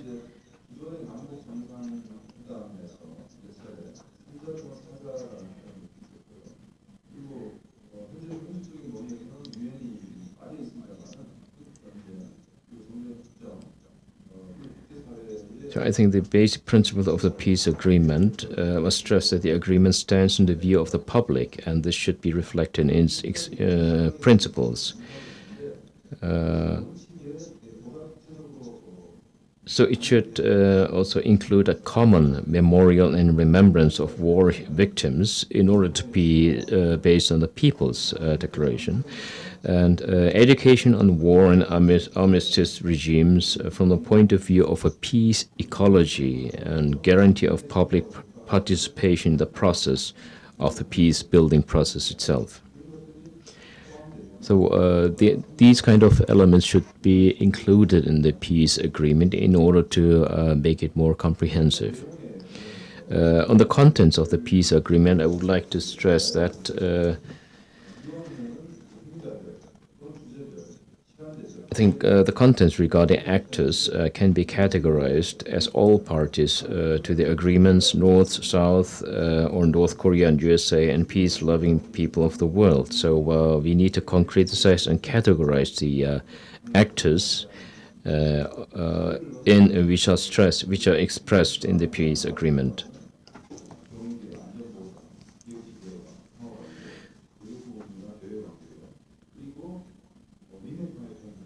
So for the timing, we can divide it into an end-of-war declaration, peace agreement negotiations, peace agreement signing, and peace agreement implementation. But also each phase can be put up by such major variables as denuclearization and DPRK-USA relations. So there should be separate steps really concretely expressed so the people could understand and follow. I would like to present some considerations on the contents of the proposal. if an end of war declaration is adopted before the conclusion of the peace agreement, then the first proposal point is unnecessary. To the proposal regarding boundaries, we can add boundaries not stipulated in the armistice agreement shall be converted in inter-Korean agreements. However, until an agreement is reached, the two parties should respect the existing zones and resolve disputes peacefully.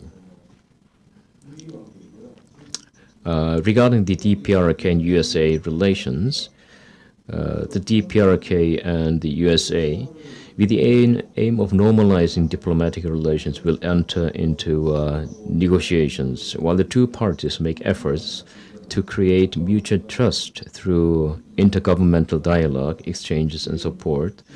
They should cease mutual slander, sanctions, and pressure.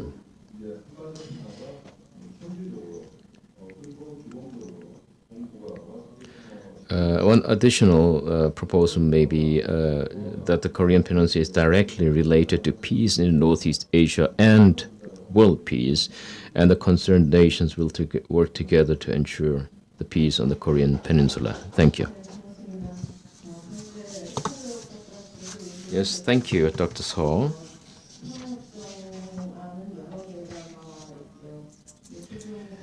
Yes, as Dr. Seo already has mentioned in his presentation, there are many variations of the peace declaration or peace agreement.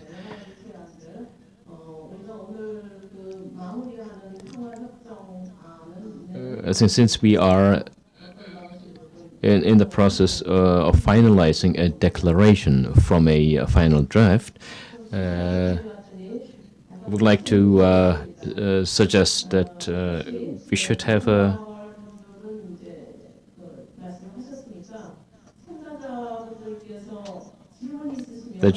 we should grant us some time for our participants or those who have logged in online to collect some questions or comments.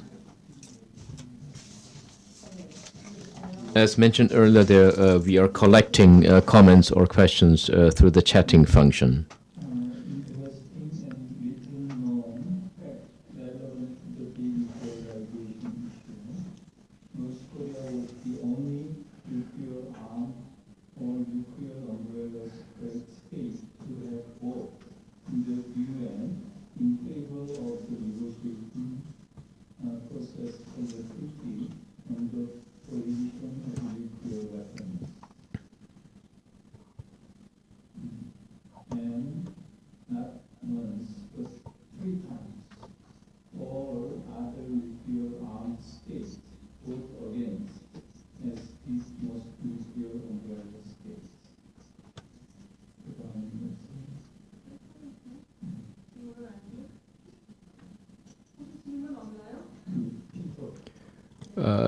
Do we have other comments or suggestions or questions?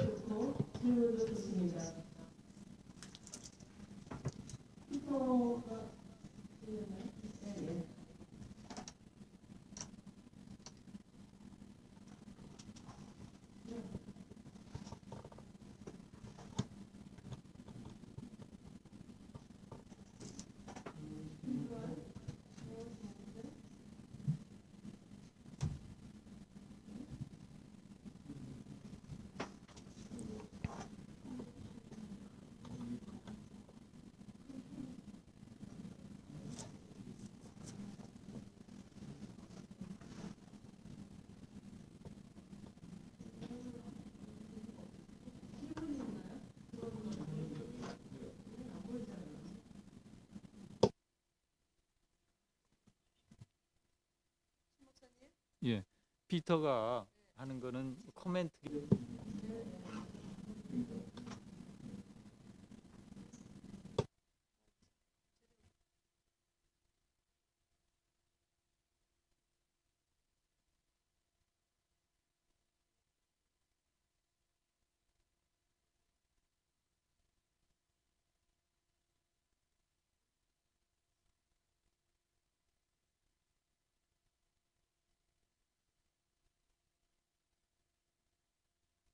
홍웅식 대표님이 여기 그 북한이 그 TPNW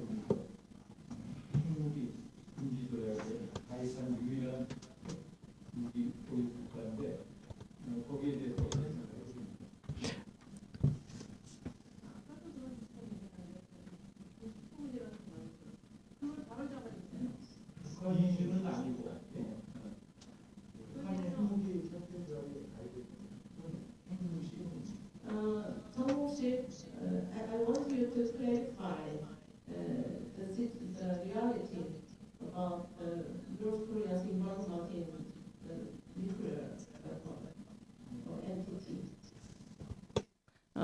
지금 그 한 질문에 대해서 조금 명료하게 해주시면 좋을 것 같아요. 오승 minister?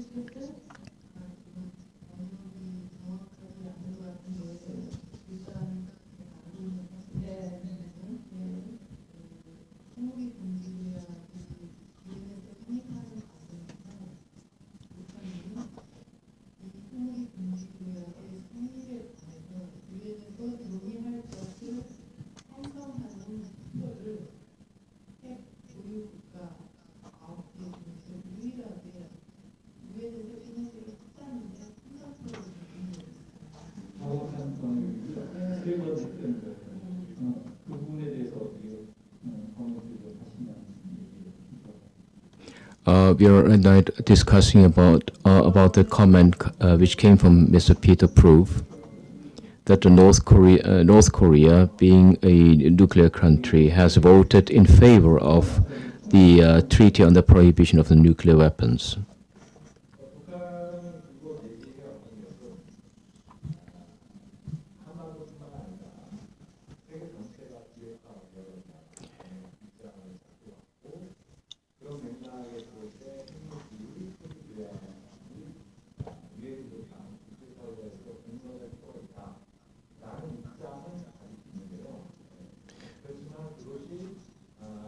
I believe that North Korea can, of course, support the position that nuclear weapons should be abolished worldwide, but that doesn't mean that it will be in favor for the NPT or other organizations that will hinder their nuclear project.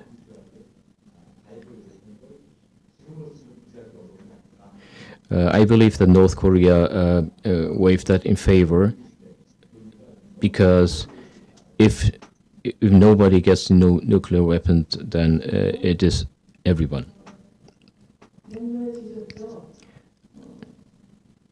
I think through these two comments, I think we were able to gain some clarity on this.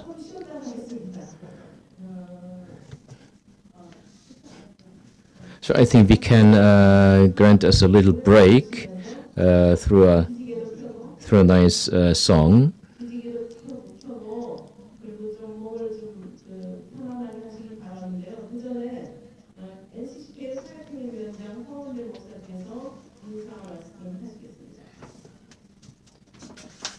The chair of the Reunification Committee of the NCCK will bring us some greetings.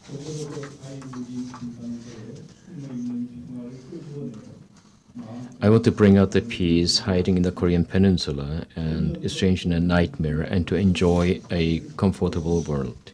The armistice agreement should be changed to a peace agreement. This is not a mere word, as we prayed in tears for 70 years.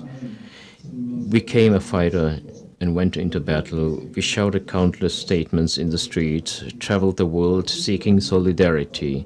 We were imprisoned and died of great grief to achieve this.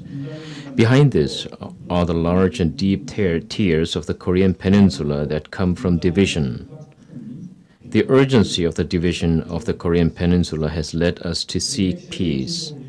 The world's largest military exercises take place every year. There is a war business. There is a severe DMZ that establishes hostile relationships. And in this land, where an unrealistic division grabs living creatures by their necks, we make an important declaration. Thank you for joining us from all over the world to declare a people's peace agreement. Right now, it is our job to stand firm in this reality and to cultivate peace.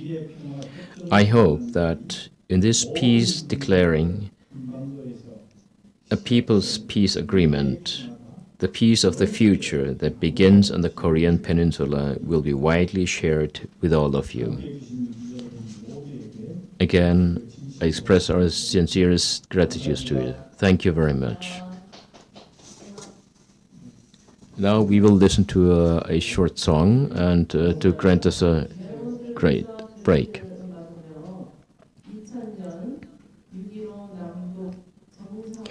This song was composed 2 years ago, right after the Panmunjom Declaration, because the composer was so impressed and moved that he composed this song. It is called "We Are One."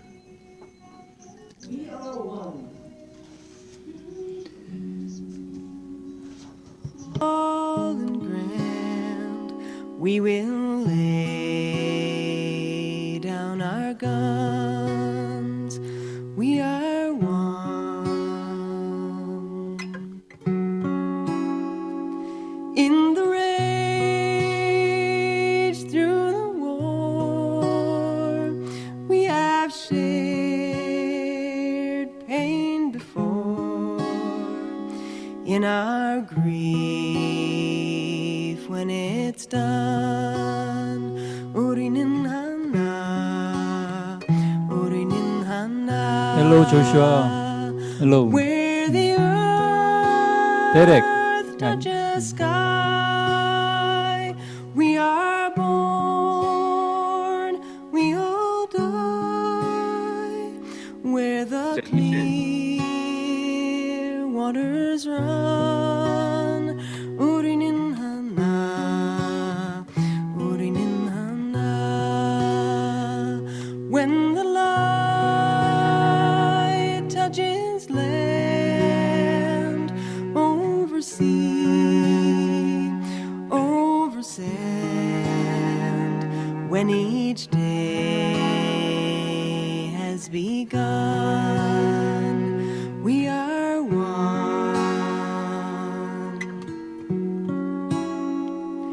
When the rock wears away and the tide rolls and sways by the moon, by the sun, 우리는 하나, 우리는 하나.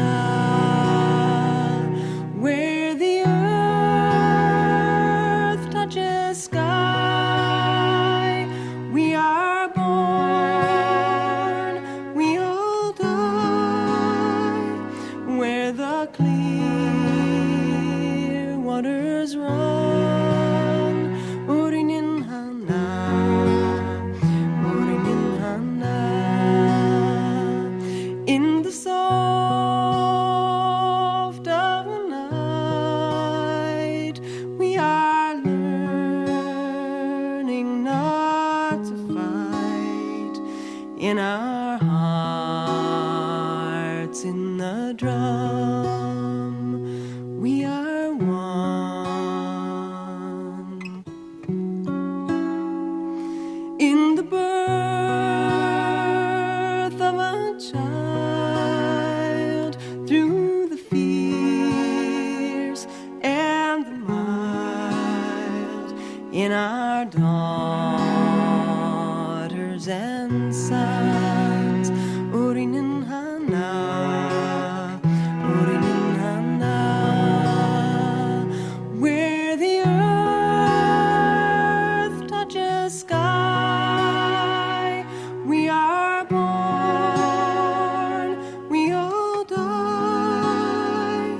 Where the clear waters run, 우리는 하나,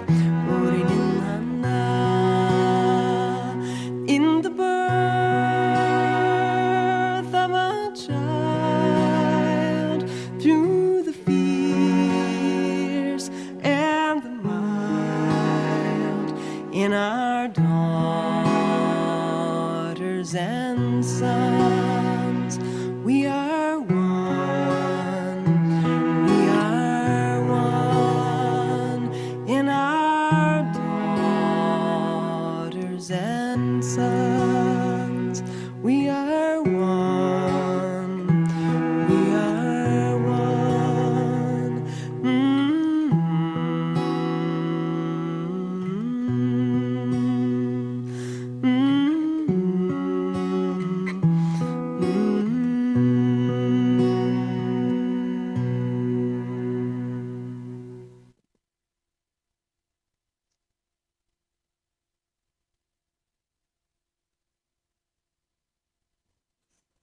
잘 들으셨습니까?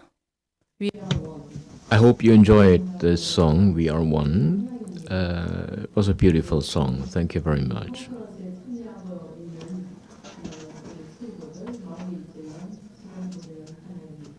And I believe that even through the cyberspace, we are one in this. We have just collected a question from Japan, from the KCCJ, Reverend Kim Sung-jae.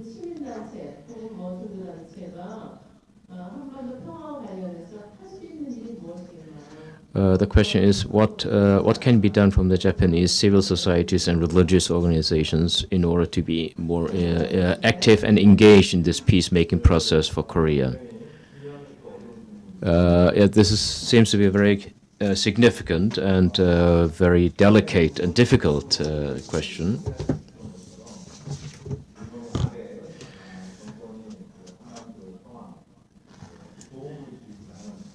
Well, I think it is well known that the current government under Abe's leadership did not do much in order to support the peace process on the Korean Peninsula, but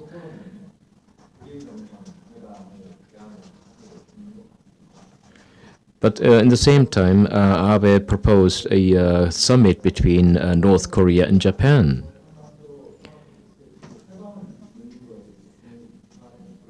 So I believe that he cannot escape from the criticism that he is actually not really helpful for the Korean peace process, but that Japan also wants to be involved in that seems to be quite encouraging.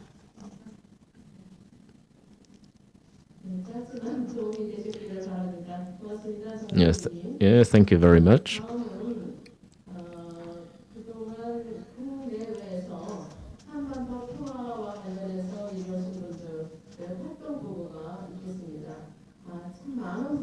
The next session will be on reports from various friends and organizations.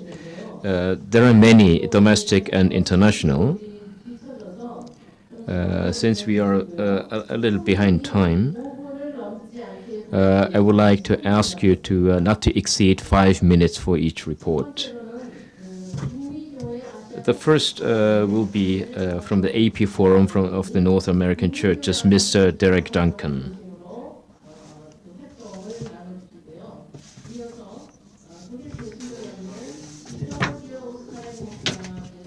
The next one will be Reverend Claudia Ostarek from the German Church EKD. And the third one will be Ms. Hwang Soo-young, representing the People's Solidarity for Participatory Democracy. Thank you. So, Mr. Derek Duncan.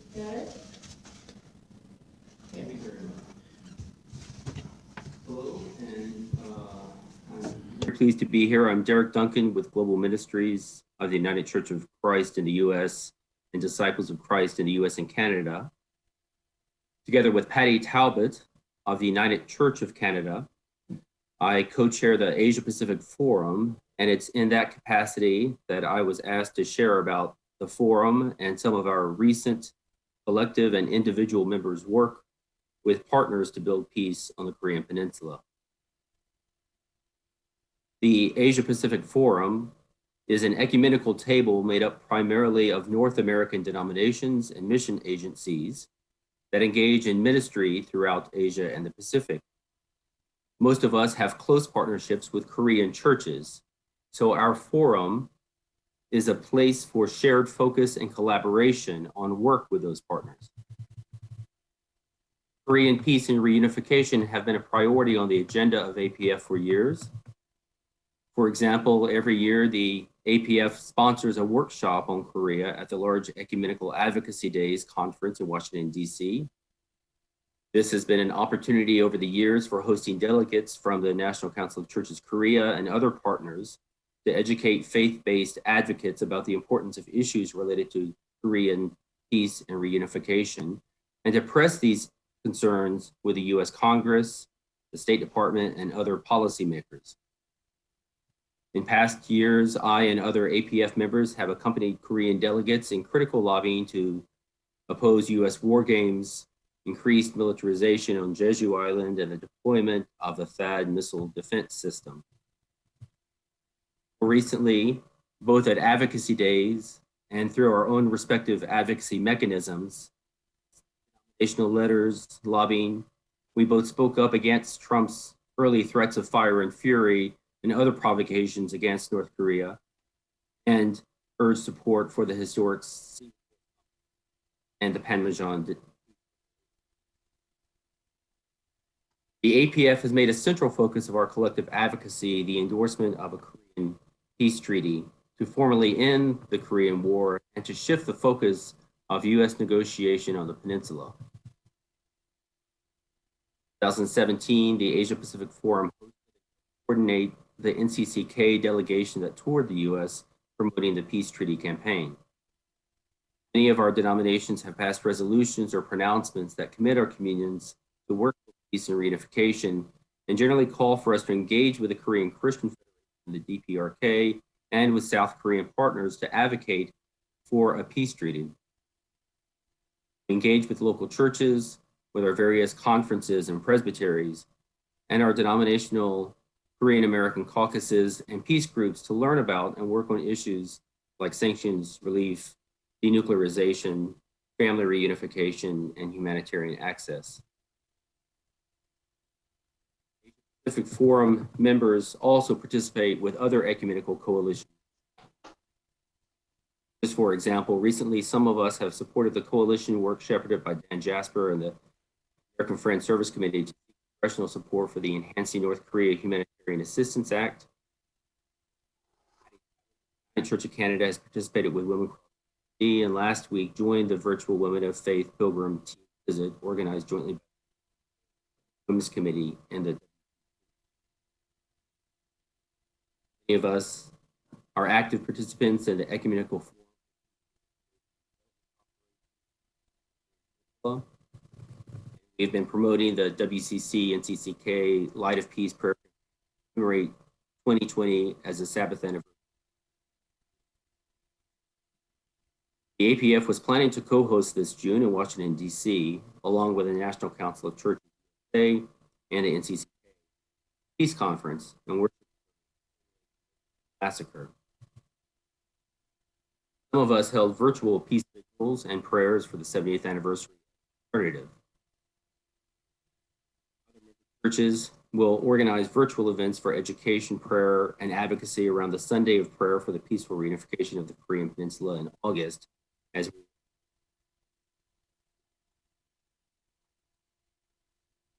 fortunate that we cannot gather together in person, but the Asia Pacific Forum is glad to support this virtual international convocation for a People's Korea Peace Agreement.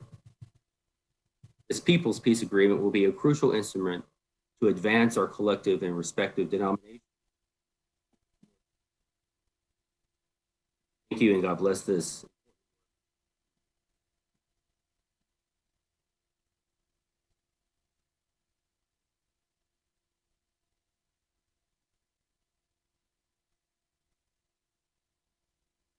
끝났나요? 오케이. 예. Thank you very much, Derek. We lost your sound at the end, but still, I think we were able to get your message. Thank you. As you have mentioned some events from the past,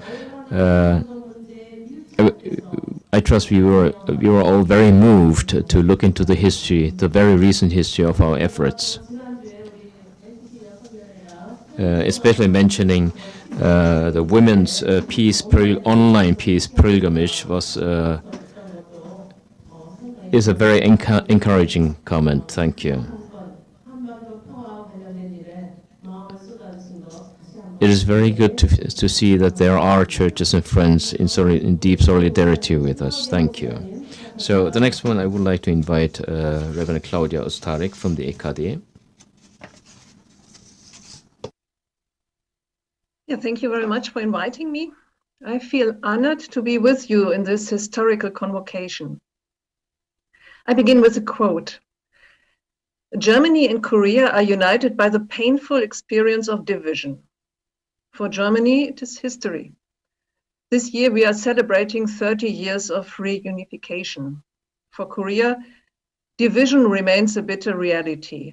70 years after the outbreak of the Korean War, I wish your country every success in its efforts to achieve peace, freedom, and stability on the entire Korean peninsula. Germany will stand by your side then and now. These are words of Frank-Walter Steinmeier, President of the Federal Republic of Germany, in his greeting on the 70th anniversary of the outbreak of the Korean War. Where do we come from? The history of our church relations. I will briefly mention some historical landmarks of the relationship because they are important for understanding our commitment. The struggle against the military dictatorship brought the Korean and German churches together. The tradition of the confessing church in Germany, which was directed against the Nazi regime, attracted great interest from the Korean side.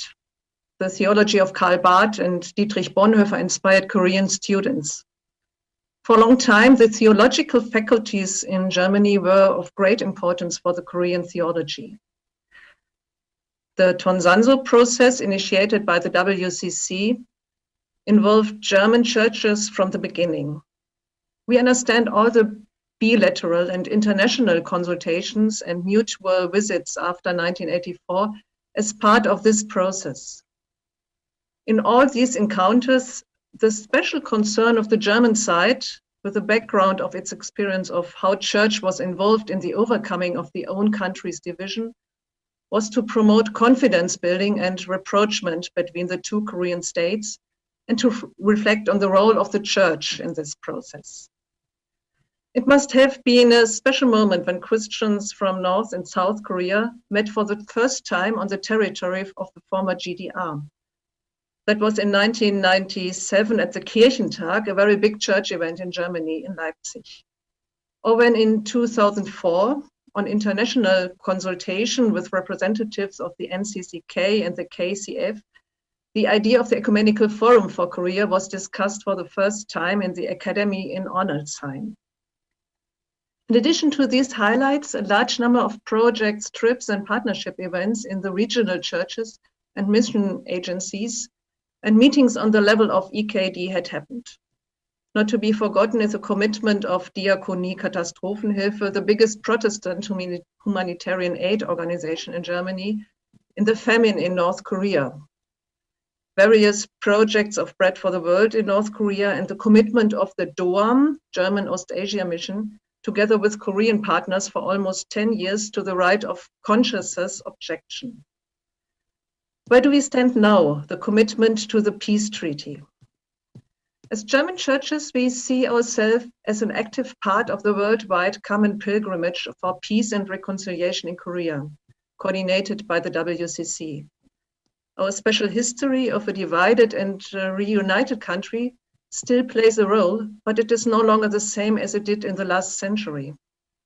Action in networks and international solidarity are the way towards justice and peace in the 21st century. But what our federal president said, Germany will stand by your side then and now, is also emphatically valid for the German churches. Relating to the peace treaty campaign, there are many and varied actions. On the Pilgrimage for Peace Treaty meeting of the NCCK in 2017 in Germany, We heard the stories of the Korean brothers and sisters and reflected together with our Korean friends on the role of churches in peace. Regional churches and mission agencies, very active are the EMS and the Protestant Church of Hesse-Nassau, organized intercession campaigns and worship promoting the peace treaty. They initiated meetings, information events, and discussions. An example of this is the DOAMS project, Rooms of Remembrance. Different historical events in East Asia are recalled there, and the current situation is named. We all participated in the WCC's prayer campaign. Messages of solidarity for the 70th anniversary of the Korean War were not only sent to the Korean partners, but also appeared in the German press. An example is the letter of Bishop Petra Bosse-Huber, head of the Department for Ecumenical Relations and Ministries Abroad in EKD, in which she supports the ecumenical peace message. Beyond the churches, there's also an intensive civil society commitment to peace on the Korean Peninsula in Germany. For example, there was recently a network meeting of artists, journalists, and Korea experts on the topics of division, peace, and reunification on the Korean Peninsula. On June 27, a public demonstration for peace on the Korean Peninsula was held in Berlin, which was called for by the Korean Communication Research Center. Political foundations are working for the reconciliation process in Korea. I myself, together with Christian Fischer from Bread for the World, was able to attend a meeting in the German parliament to which all NGOs and foundations have been invited that have relations to North Korea to discuss the effects of the sanctions on the humanitarian situation in North Korea. There's a broad alliance in Germany for peace and reconciliation process on the Korean Peninsula. And in Germany, we have good opportunities to engage in talks with political leaders because they are very open for these themes. The road ahead. As part of the worldwide ecumenical movement for Korea, we in the EKD will always bring our context as a divided and reunited country into the debate, even though the situation on the Korean Peninsula is very different from the situation in Germany. We will remain in intensive contact with our Korean partner churches. We go on in bringing North and South Korean people together and inform the people in our country about the current situation. If possible, we hold talks with responsible persons in the politics and pray for peace and reconciliation in Korea. I would like to end with a quote of Lutz Drescher, who is with us today and who has done so much for German-Korean relations. He says, "When I pray the Lord's Prayer for the people in Korea, I do this in the ardent hope that the day will come when Koreans in North and South will embrace each other and recognize each other as sisters and brothers." Thank you for listening.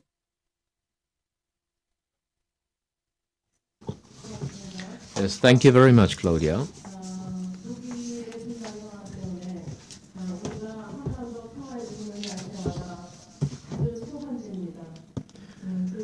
When we are discussing the situation in Germany, especially long years after its reunification, Korea is often compared with Germany, and Germany gives us a lot of samples and examples about how we have to go forward.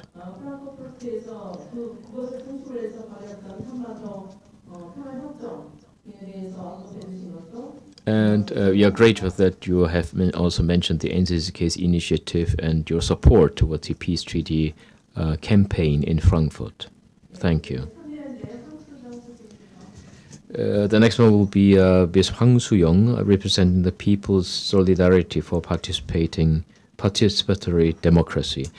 The slide carries English, so you can follow through the slides.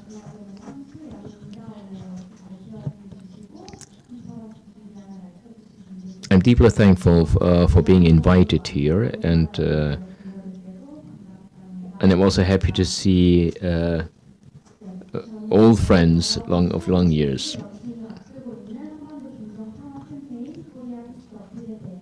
I would like to present you about the Korea Peace Appeal, which has been launched very recently.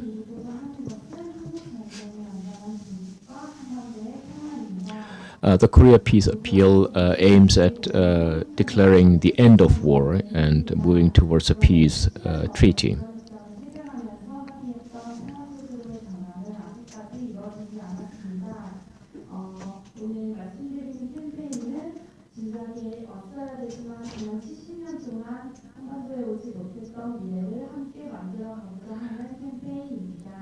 This campaign intends to be as a civil movement to remember that we are still in the armistice agreement and move towards a peace treaty.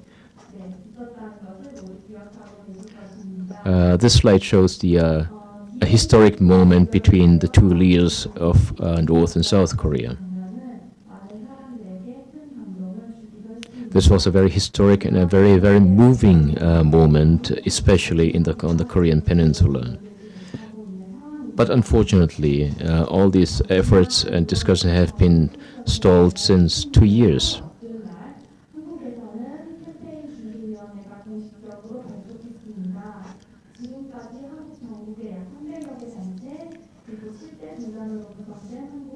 The PSPD has launched this campaign, and so far we have around 300 partnering organizations and small communities that are willing to join in this campaign. The phrase in the background says, "From armistice to peace treaty."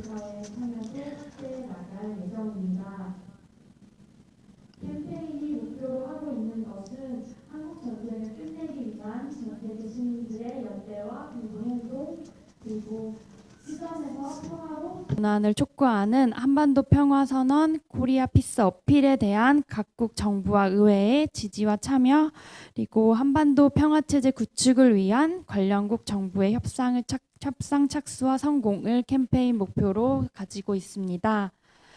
캠페인의 기간은 한국전쟁 발발 70년이 되는 올해를 시작으로 정전협정 체결 70년이 되는 2023년까지 우선 3년으로 잡고 있습니다. 이 기간이 좀 길어 보일 수도 있지만 한반도에서 실제 전쟁이 일어났던 3년이라는 기간 동안 우리가 전쟁을 끝내보자는 의미를 담고 있습니다. 캠페인의 중심적인 전략은 한국 시민사회와 종교계가 다 같이 함께하는 광범위한 네트워크 구성, 그리고 그것을 바탕으로 전 세계 시민들의 국제적인 지지를 이끌어내는 것입니다. 7월 27일부터 서명을 시작할 코리아 피스 어필의 4가지 요구사항에 대해서 말씀드리겠습니다. 첫 번째는 한국 전쟁을 끝내고 평화협정을 체결하는 것입니다. 두 번째는 핵무기도 핵 위협도 없는 한반도와 세계를 만드는 것입니다. 세 번째는 제재와 압박이 아니라 대화와 협력으로 갈등을 해결해야 한다는 것입니다. 네 번째는 군비 경쟁의 악순환에서 벗어나 시민 안전과 환경을 위해서 투자해야 한다는 것입니다. 이것들은 한국의 시민단체들이 올해 상반기 내내 토론을 통해서 만들어낸 4가지 요구안이고요. 이 코리아 피스 어필에 대한 서명과 각계각층의 지지 선언을 한반도를 넘어서 전 세계적으로 모아가려고 합니다. 캠페인에서는 이렇게 모은 서명과 선언들의 결과물을 적절한 시기에 남북미 중을 비롯한 한국전쟁 관련국 정부와 유엔에 전달하려고 합니다. 관련 당사국 정부들의 평화를 요청하려는 것이 아니라 시민의 힘으로 관련국 정부가 종전과 평화를 택할 수밖에 없도록 만들고자 하는 것이 캠페인의 목표입니다. 그 외에 각 단체별, 분야별, 지역별, 국가별로 한반도 평화선언을 발표하는 것을 조직해 나가는 것, 그리고 각국 정부와 의회가 코리아 피스 어필에 참여하도록 촉구하는 것, 그리고 한반도 평화에 대해서 각종 의제를 다룰 수 있는 여러 가지 자리들을 이 캠페인에서 만들어가고 한반도의 미래에 대해서도 함께 토론하는 자리들을 꾸준히 만들어 가려고 합니다. 그 외에 3년 동안 여러 가지 활동들을 진행할 예정입니다. 70년 동안 이어진 전쟁을 끝내고 한반도를 바꾸는 것은 쉽지 않은 일일 것이라고 생각합니다. 지금 현재 전망도 밝지 않은 상황입니다. 하지만 그럴수록 누구에게도 도움이 되지 않는 전쟁을 끝내야 할 이유도 분명해지고 있다고 생각합니다. 여기 계신 오늘 컨퍼런스에 함께하고 계신 분들도 이 캠페인에 함께해 주시기를 오늘 이 자리를 통해 요청을 드립니다. 10월 27일에 청년운동이 시작될 예정이고요. I hereby would like to invite all the participants here, domestic and internationally, to join our signing campaign.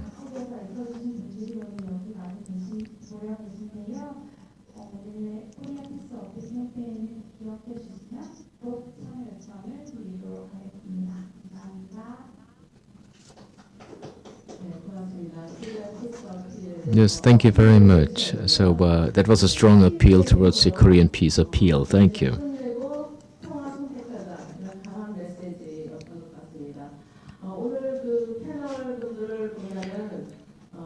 Looking at the panels, I think we were very gifted that the panelists are all from the second or third generation since the Korean War.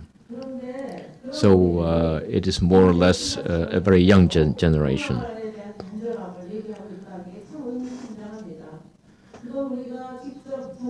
But it's very moving to see that even the generation that has not experienced any war, or especially the Korean War, is talking about peace and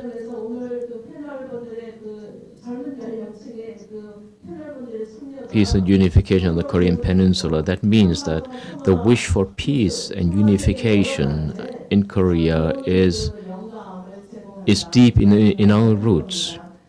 And we are gifted and deeply appreciate the solidarity of our international friends and partners.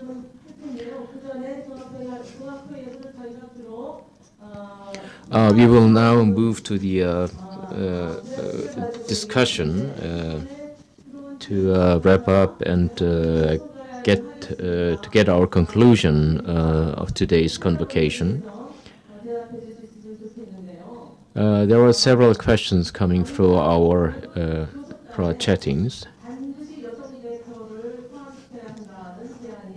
There is a suggestion that there should be always a woman or women representatives in the negotiation team.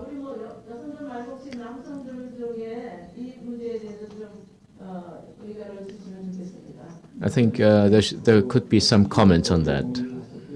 And we see on the chatting that there are more in favor of this.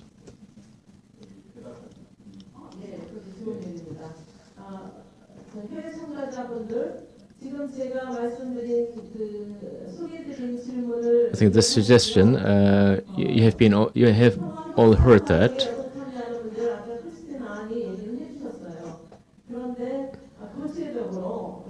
But now I think we should come up with a more concrete suggestion that women should be included in every team of negotiation.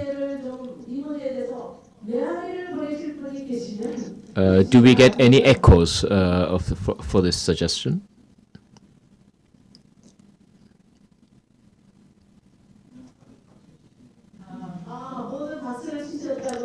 Yes, thank you very much for your applaud.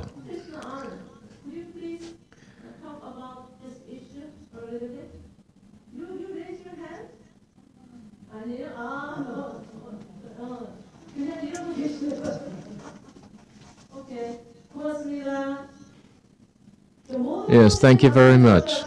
So everyone who was online clapped their hands and raised their hands. So I think this suggestion is very welcomed and accepted. Thank you.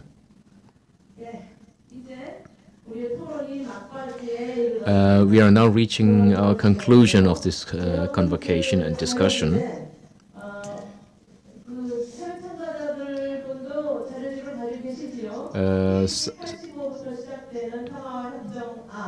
You have the declaration in your material beginning on page 85. We suggest that we read through this and receive some comments or confirmation. We have been working on this for quite some time and received numerous feedback, and we trust that this is a first completed draft.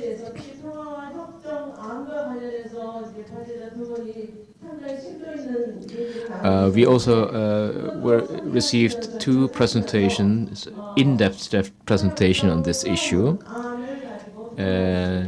We are now beginning that discussion on this draft of the Declaration for the People's Korea Peace Agreement. And I would like to invite you all to bring your comments and suggestions.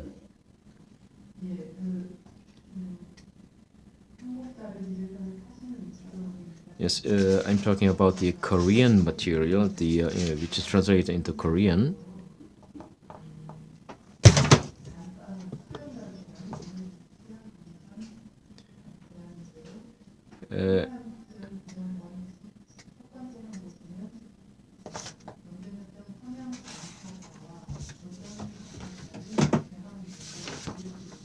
Basic principles on the People's Korea Peace Agreement. It says the signatory parties to the Armistice Agreement, the Republic of Korea, the Democratic DPRK, and China and United States,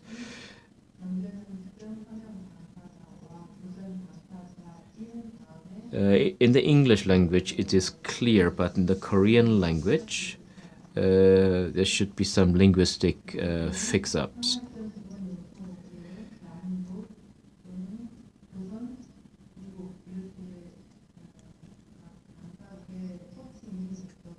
And whenever we are mentioning a nation, a sovereign nation, we should ensure we should use the proper name, not North Korea, but DPRK.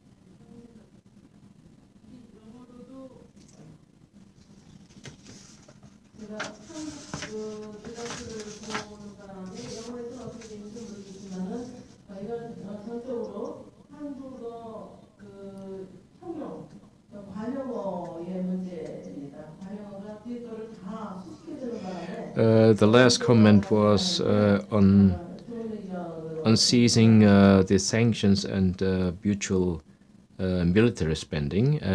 Again, it is a linguistic issue that the Korean language shows some possibilities of misunderstandings and should be polished.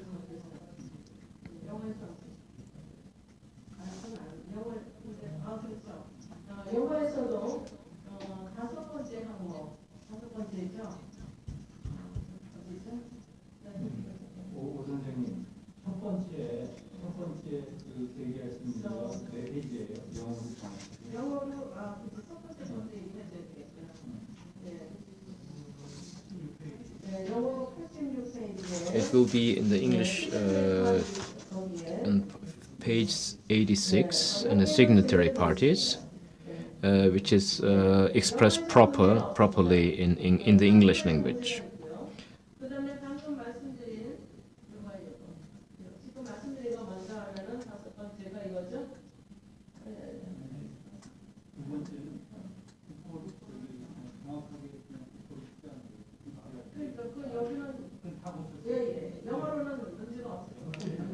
Yes, in the English material, the names of the nations are all called by their own names. Only in the Korean version, sometimes DPRK is mentioned as just North Korea, as Bukhan, and we are going to fix that. And on page 87 in the English version,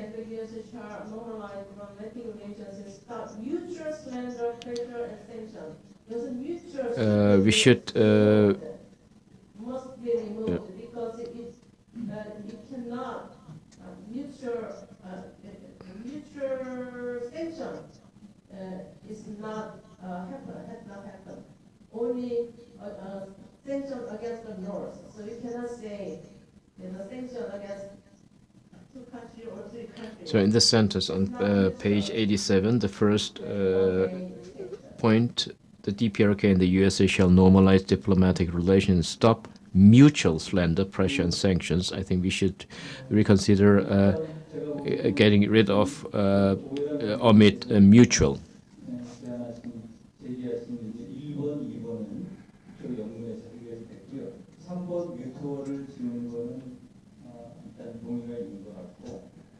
I see some hands in favor of omitting the word mutual.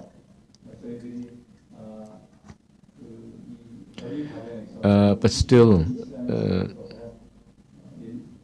we will have to carefully examine this again.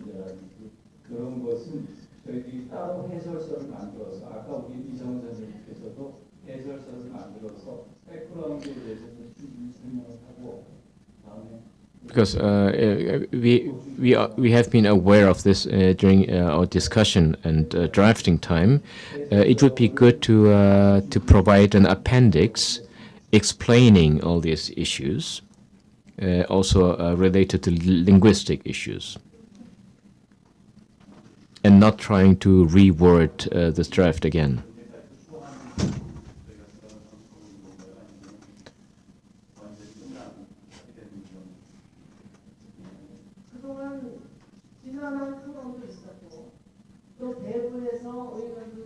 Is it still regarded as a draft or is a final document?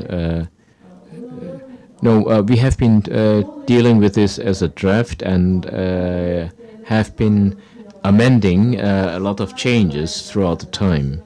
But today's meeting's purpose and aim is to get this draft as a finalized document and therefore as a declaration. Agreement, to declare it as a declaration, sorry.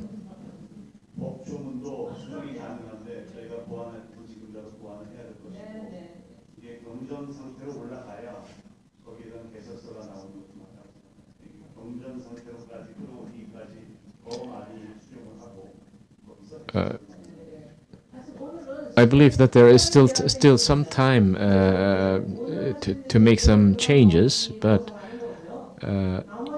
if you could agree on the first draft to be declared as a agreement, we can work also on following agreements, because this is not on the level of being a canon that is in need of a appendix explaining each point.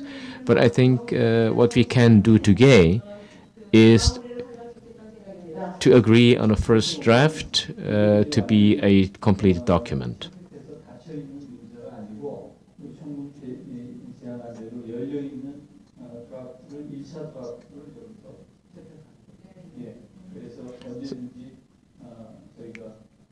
So I believe that this process is not done with only tonight.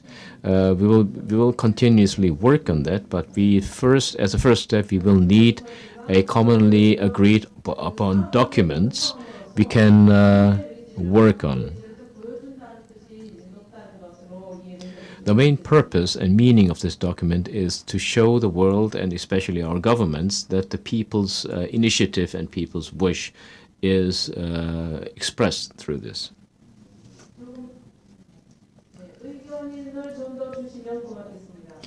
Are there any other comments or suggestions so we can drive this forward? Thomas, do you have any opinions for us?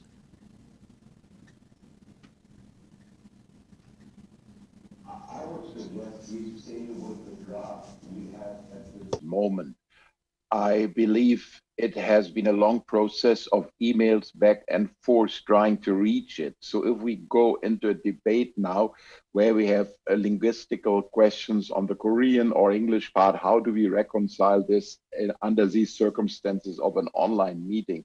I believe we trust that the writing team will do the necessary adjustments without us extending the debate at this moment. That would be my request to all. I think we have built enough trust that we can do this.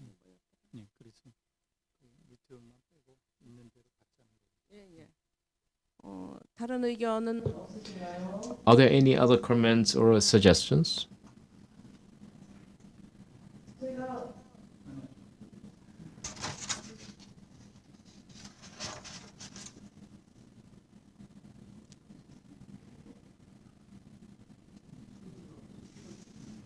의견 있으시면 손을 들어주셔요.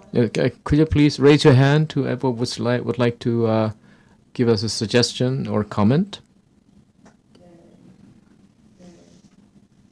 그동안 아주 뭐라 그럴까요? 아주 질이 멸렬할 정도의 프로세스를 여러분들이 알고 계시기에 As many of you know about this long and tough process we have gone through in order to bring out this document, this draft document.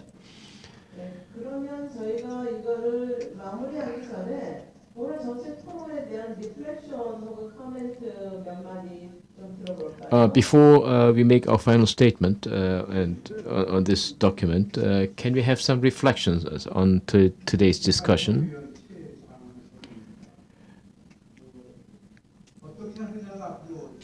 Yes, I think it is more crucial to look into the future about how we are going to proceed.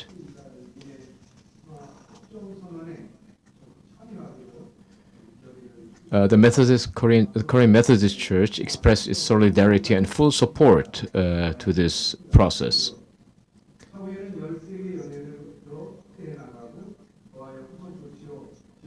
And this document and these initiatives will be shared among all 13 regions of the Korean Methodist Church, and is very likely to be widely shared.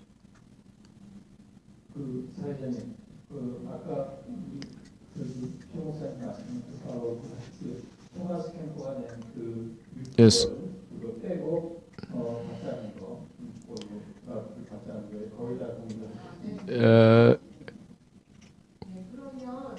We have been following the chattings and the comments. It has been widely agreed upon and moved that we accept this document as it is with the omission of the word mutual. 그러면 이 문서를 채택한다는 뜻을 이 온라인상으로 함께 표현해 주셨으면 좋겠는데요. Could you express your intention of the exception of this document? If you could upload so we can see and hear it.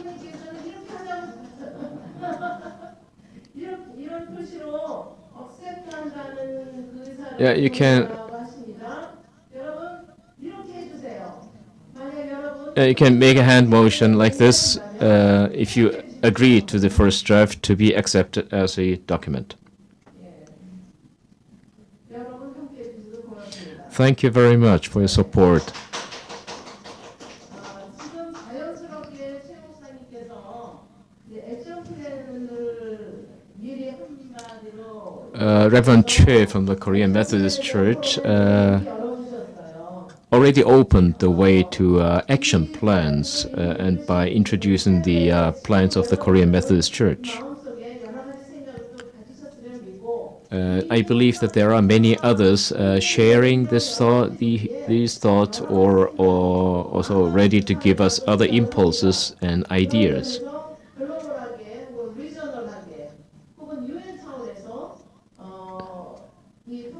So I think that based on the peace agreement, we should work on various action plans based on different contexts and continents and addressants.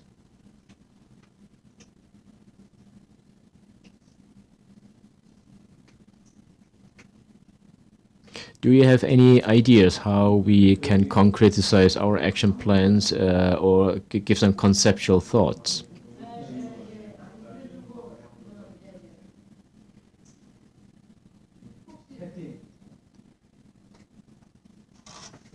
Patty, do you have some ideas to share, or?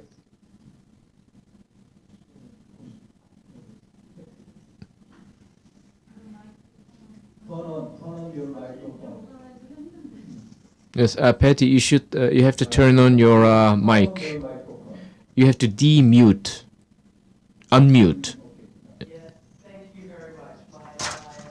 Geez. And this is Patty Talbot of the United Church of Canada.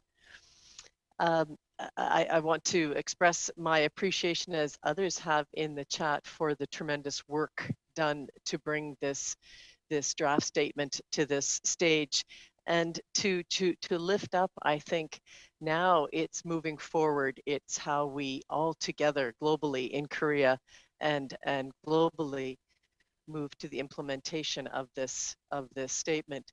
I was moved particularly by the fact that this is a people's peace treaty, and it's worth repeating, I think, Christine Ann's statement that it is essential that the connection between those who negotiate peace and civil society has to be strong and clear and affirmed in every way. I think for us in North America and in Canada, it is now for those in civil society, in churches, in women's movements, in peace, in youth movements, to take up this call and press that war end now, that the peace treaty is the first step towards ending the war. And I think in churches in particular, the engagement in the solidarity through prayer and partnership has been particularly effective. We will continue to do so and urge others to continue as well.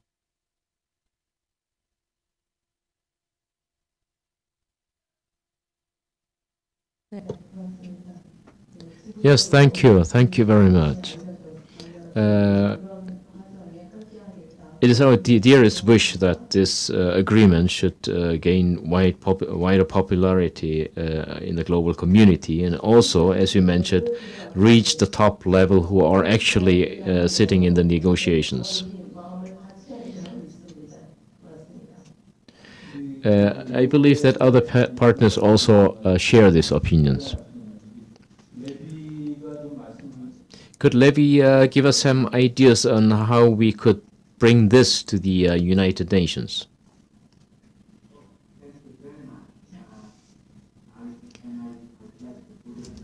All of those that have been suggested on the chat room. I was making a comment earlier that section of the agreement where we talked about abiding by the UN Charter, I think needs elaboration, not perhaps in the agreement itself, but further down the road.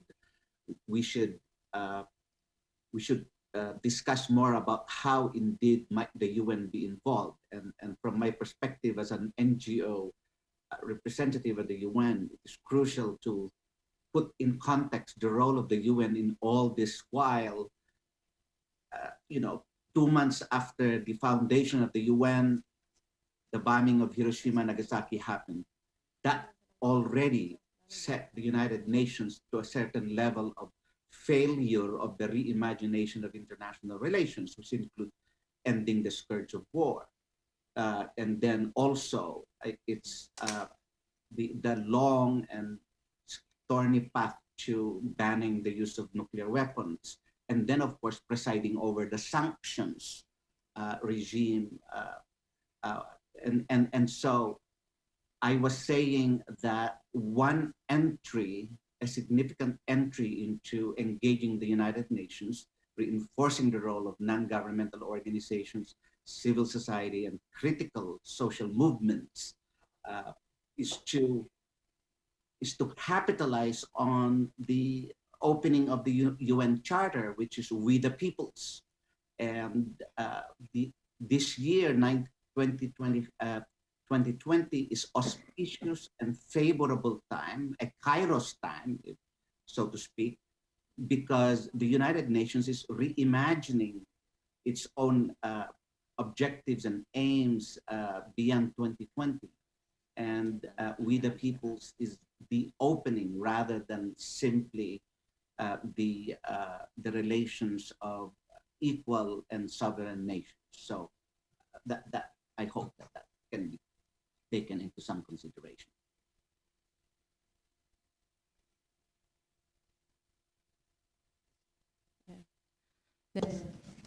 국제기구는 어떤 기구는 어떤 제도권에 제가 큰 희망을 걸기보다 Yes, thank you very much, Levi. I believe that we should be in solidarity and also expecting some support from especially institutionalized global organizations.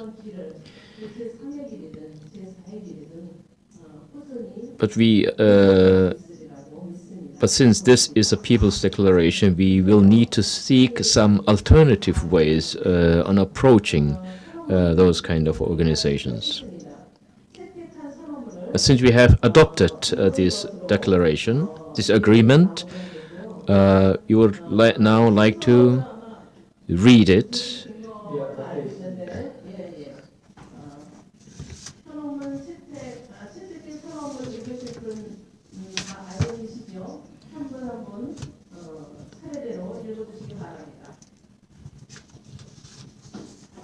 선언문은 저희가 다 읽지 않고요. 시간 관계상 여기 the peace agreement will not be read from thoroughly, but only some agreed important parts. So we begin with Chris.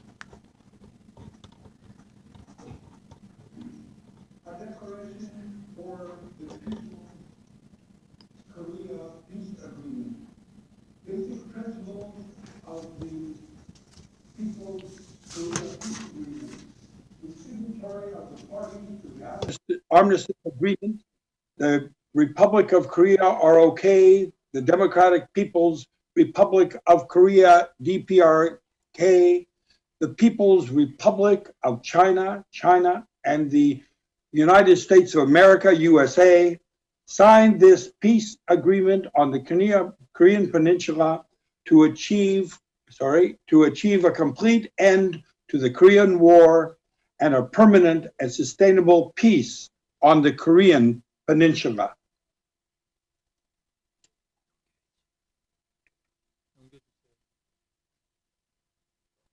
The contracting parties to the peace agreement should abide by the Charter of the United Nations, respect existing inter-Korean agreements on peace and reunification on the Korean Peninsula, support efforts for peace and reunification between the South and the North, and contribute to world peace, and faithfully implement the contents of the peace agreement.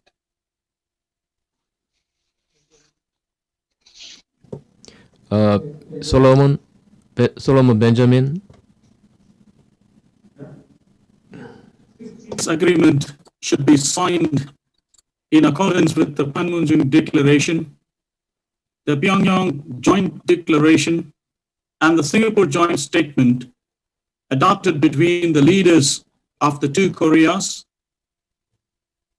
and between DPRK and the USA, and should include the process of simultaneously implementing a step-by-step realization of a peace regime and complete denuclearization of the Korean Peninsula based on improved relations and trust between the parties. The peace agreement on the Korean Peninsula includes the following.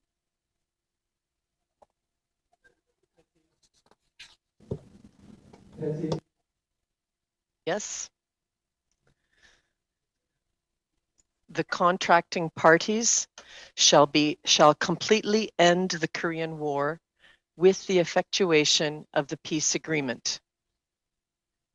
The military demarcation line stipulated in the Armistice Agreement shall be the boundary line between the ROK and the DPRK, and the boundaries not stipulated in the Armistice Agreement shall be determined by agreement between the two Koreas. The ROK and the DPRK shall convert the existing demilitarized zone, DMZ, into a peaceful ecological zone. Dr. Palmer. Between the parties to the peace agreement, there shall be no threat of attack or use of force under any circumstances, neither between the DPRK and the ROK, nor between the DPRK and the USA. The DPRK and the USA shall normalise diplomatic relations and stop mutual slander, pressure and sanctions. Each contracting party shall amend or repeal hostile domestic laws which are contrary to the peace agreement. The ROK and the DPRK shall implement the existing agreements and form and operate permanent high-level talks to support those agreements in order to create overall political and military trust. Bishop Maritza. The ROK and the DPRK shall mutually reduce their military spending. To that end, they shall form and operate a joint inter-Korean military committee. The DPRK shall dismantle its nuclear weapons, and the ROK and the USA shall remove its nuclear umbrella from the Korean peninsula. The contracting parties shall ban all military and technical actions that could pose a nuclear threat to the Korean peninsula. At the time of the effectuation of the peace agreement, the UN command shall be dismantled and foreign troops withdrawn in a step-by-step process. Lastly, Reverend Kemper. To implement the peace agreement, an inter-Korean joint committee for peace management and a coordination committee for contracting parties shall be organized and operated respectively.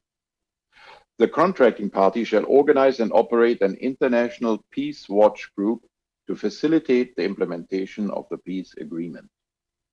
A peace regime on the Korean Peninsula should be promoted based on the participation of the people. We will use every endeavor to realize this declaration. July 27th, 2020.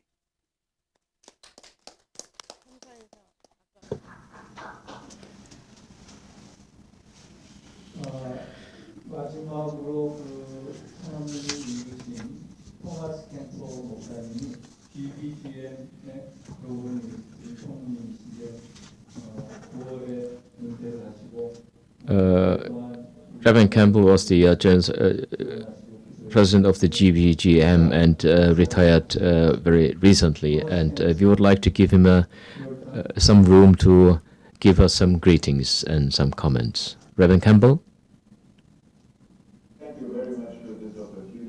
It's moving to be part of this historic moment online, but I think our hearts are very much united around the cause for peace on the Korean Peninsula. As you know, I'm German. I'm returning to Germany now in my retirement, and having lived the last 10 years in the United States, this question of reunification and is so much in my heart as a German, and now as somebody who led a U.S. mission agency as our Global United Methodist Church.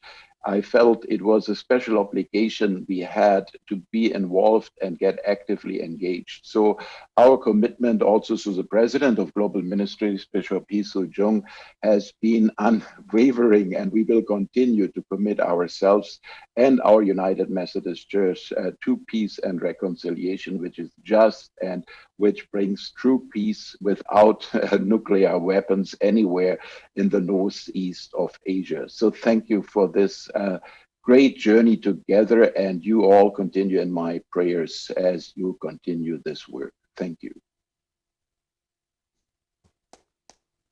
네, Yes, thank you very much. I think it's really time to wrap up and conclude our convocation.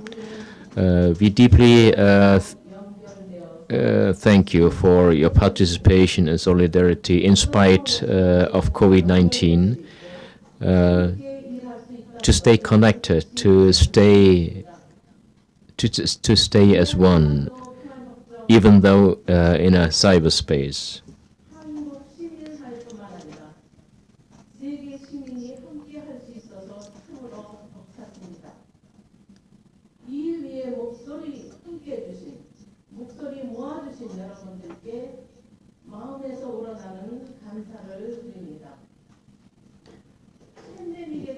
We thank you, we deeply thank you for your solidarity and your compassionate accompaniment even during these difficult times.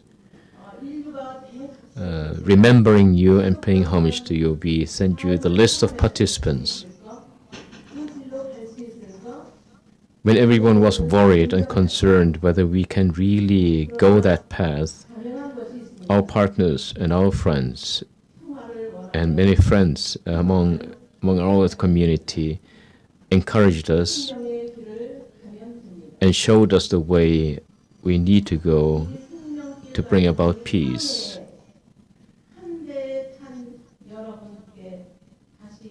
And again, we would like to express our deepest thanks to all of you in different time zones, in different cultures, in different climates.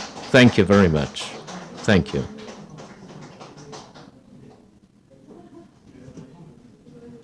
수고하셨어요.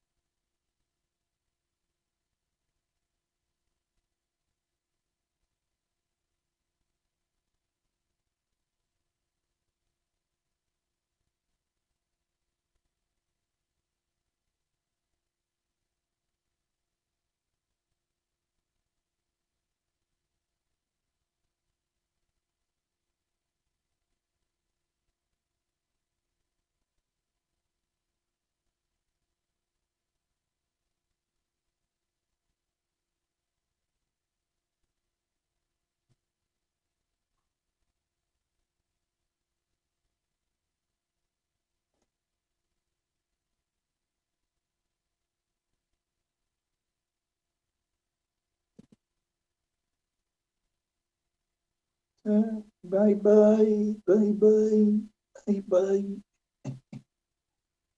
So good to see you, Lutz. Yeah, nice to see you. Nice to see everyone. Yes, wonderful to see everyone. And greetings to Lutz. Good Ah. to hear everyone. Nice meeting, Lutz.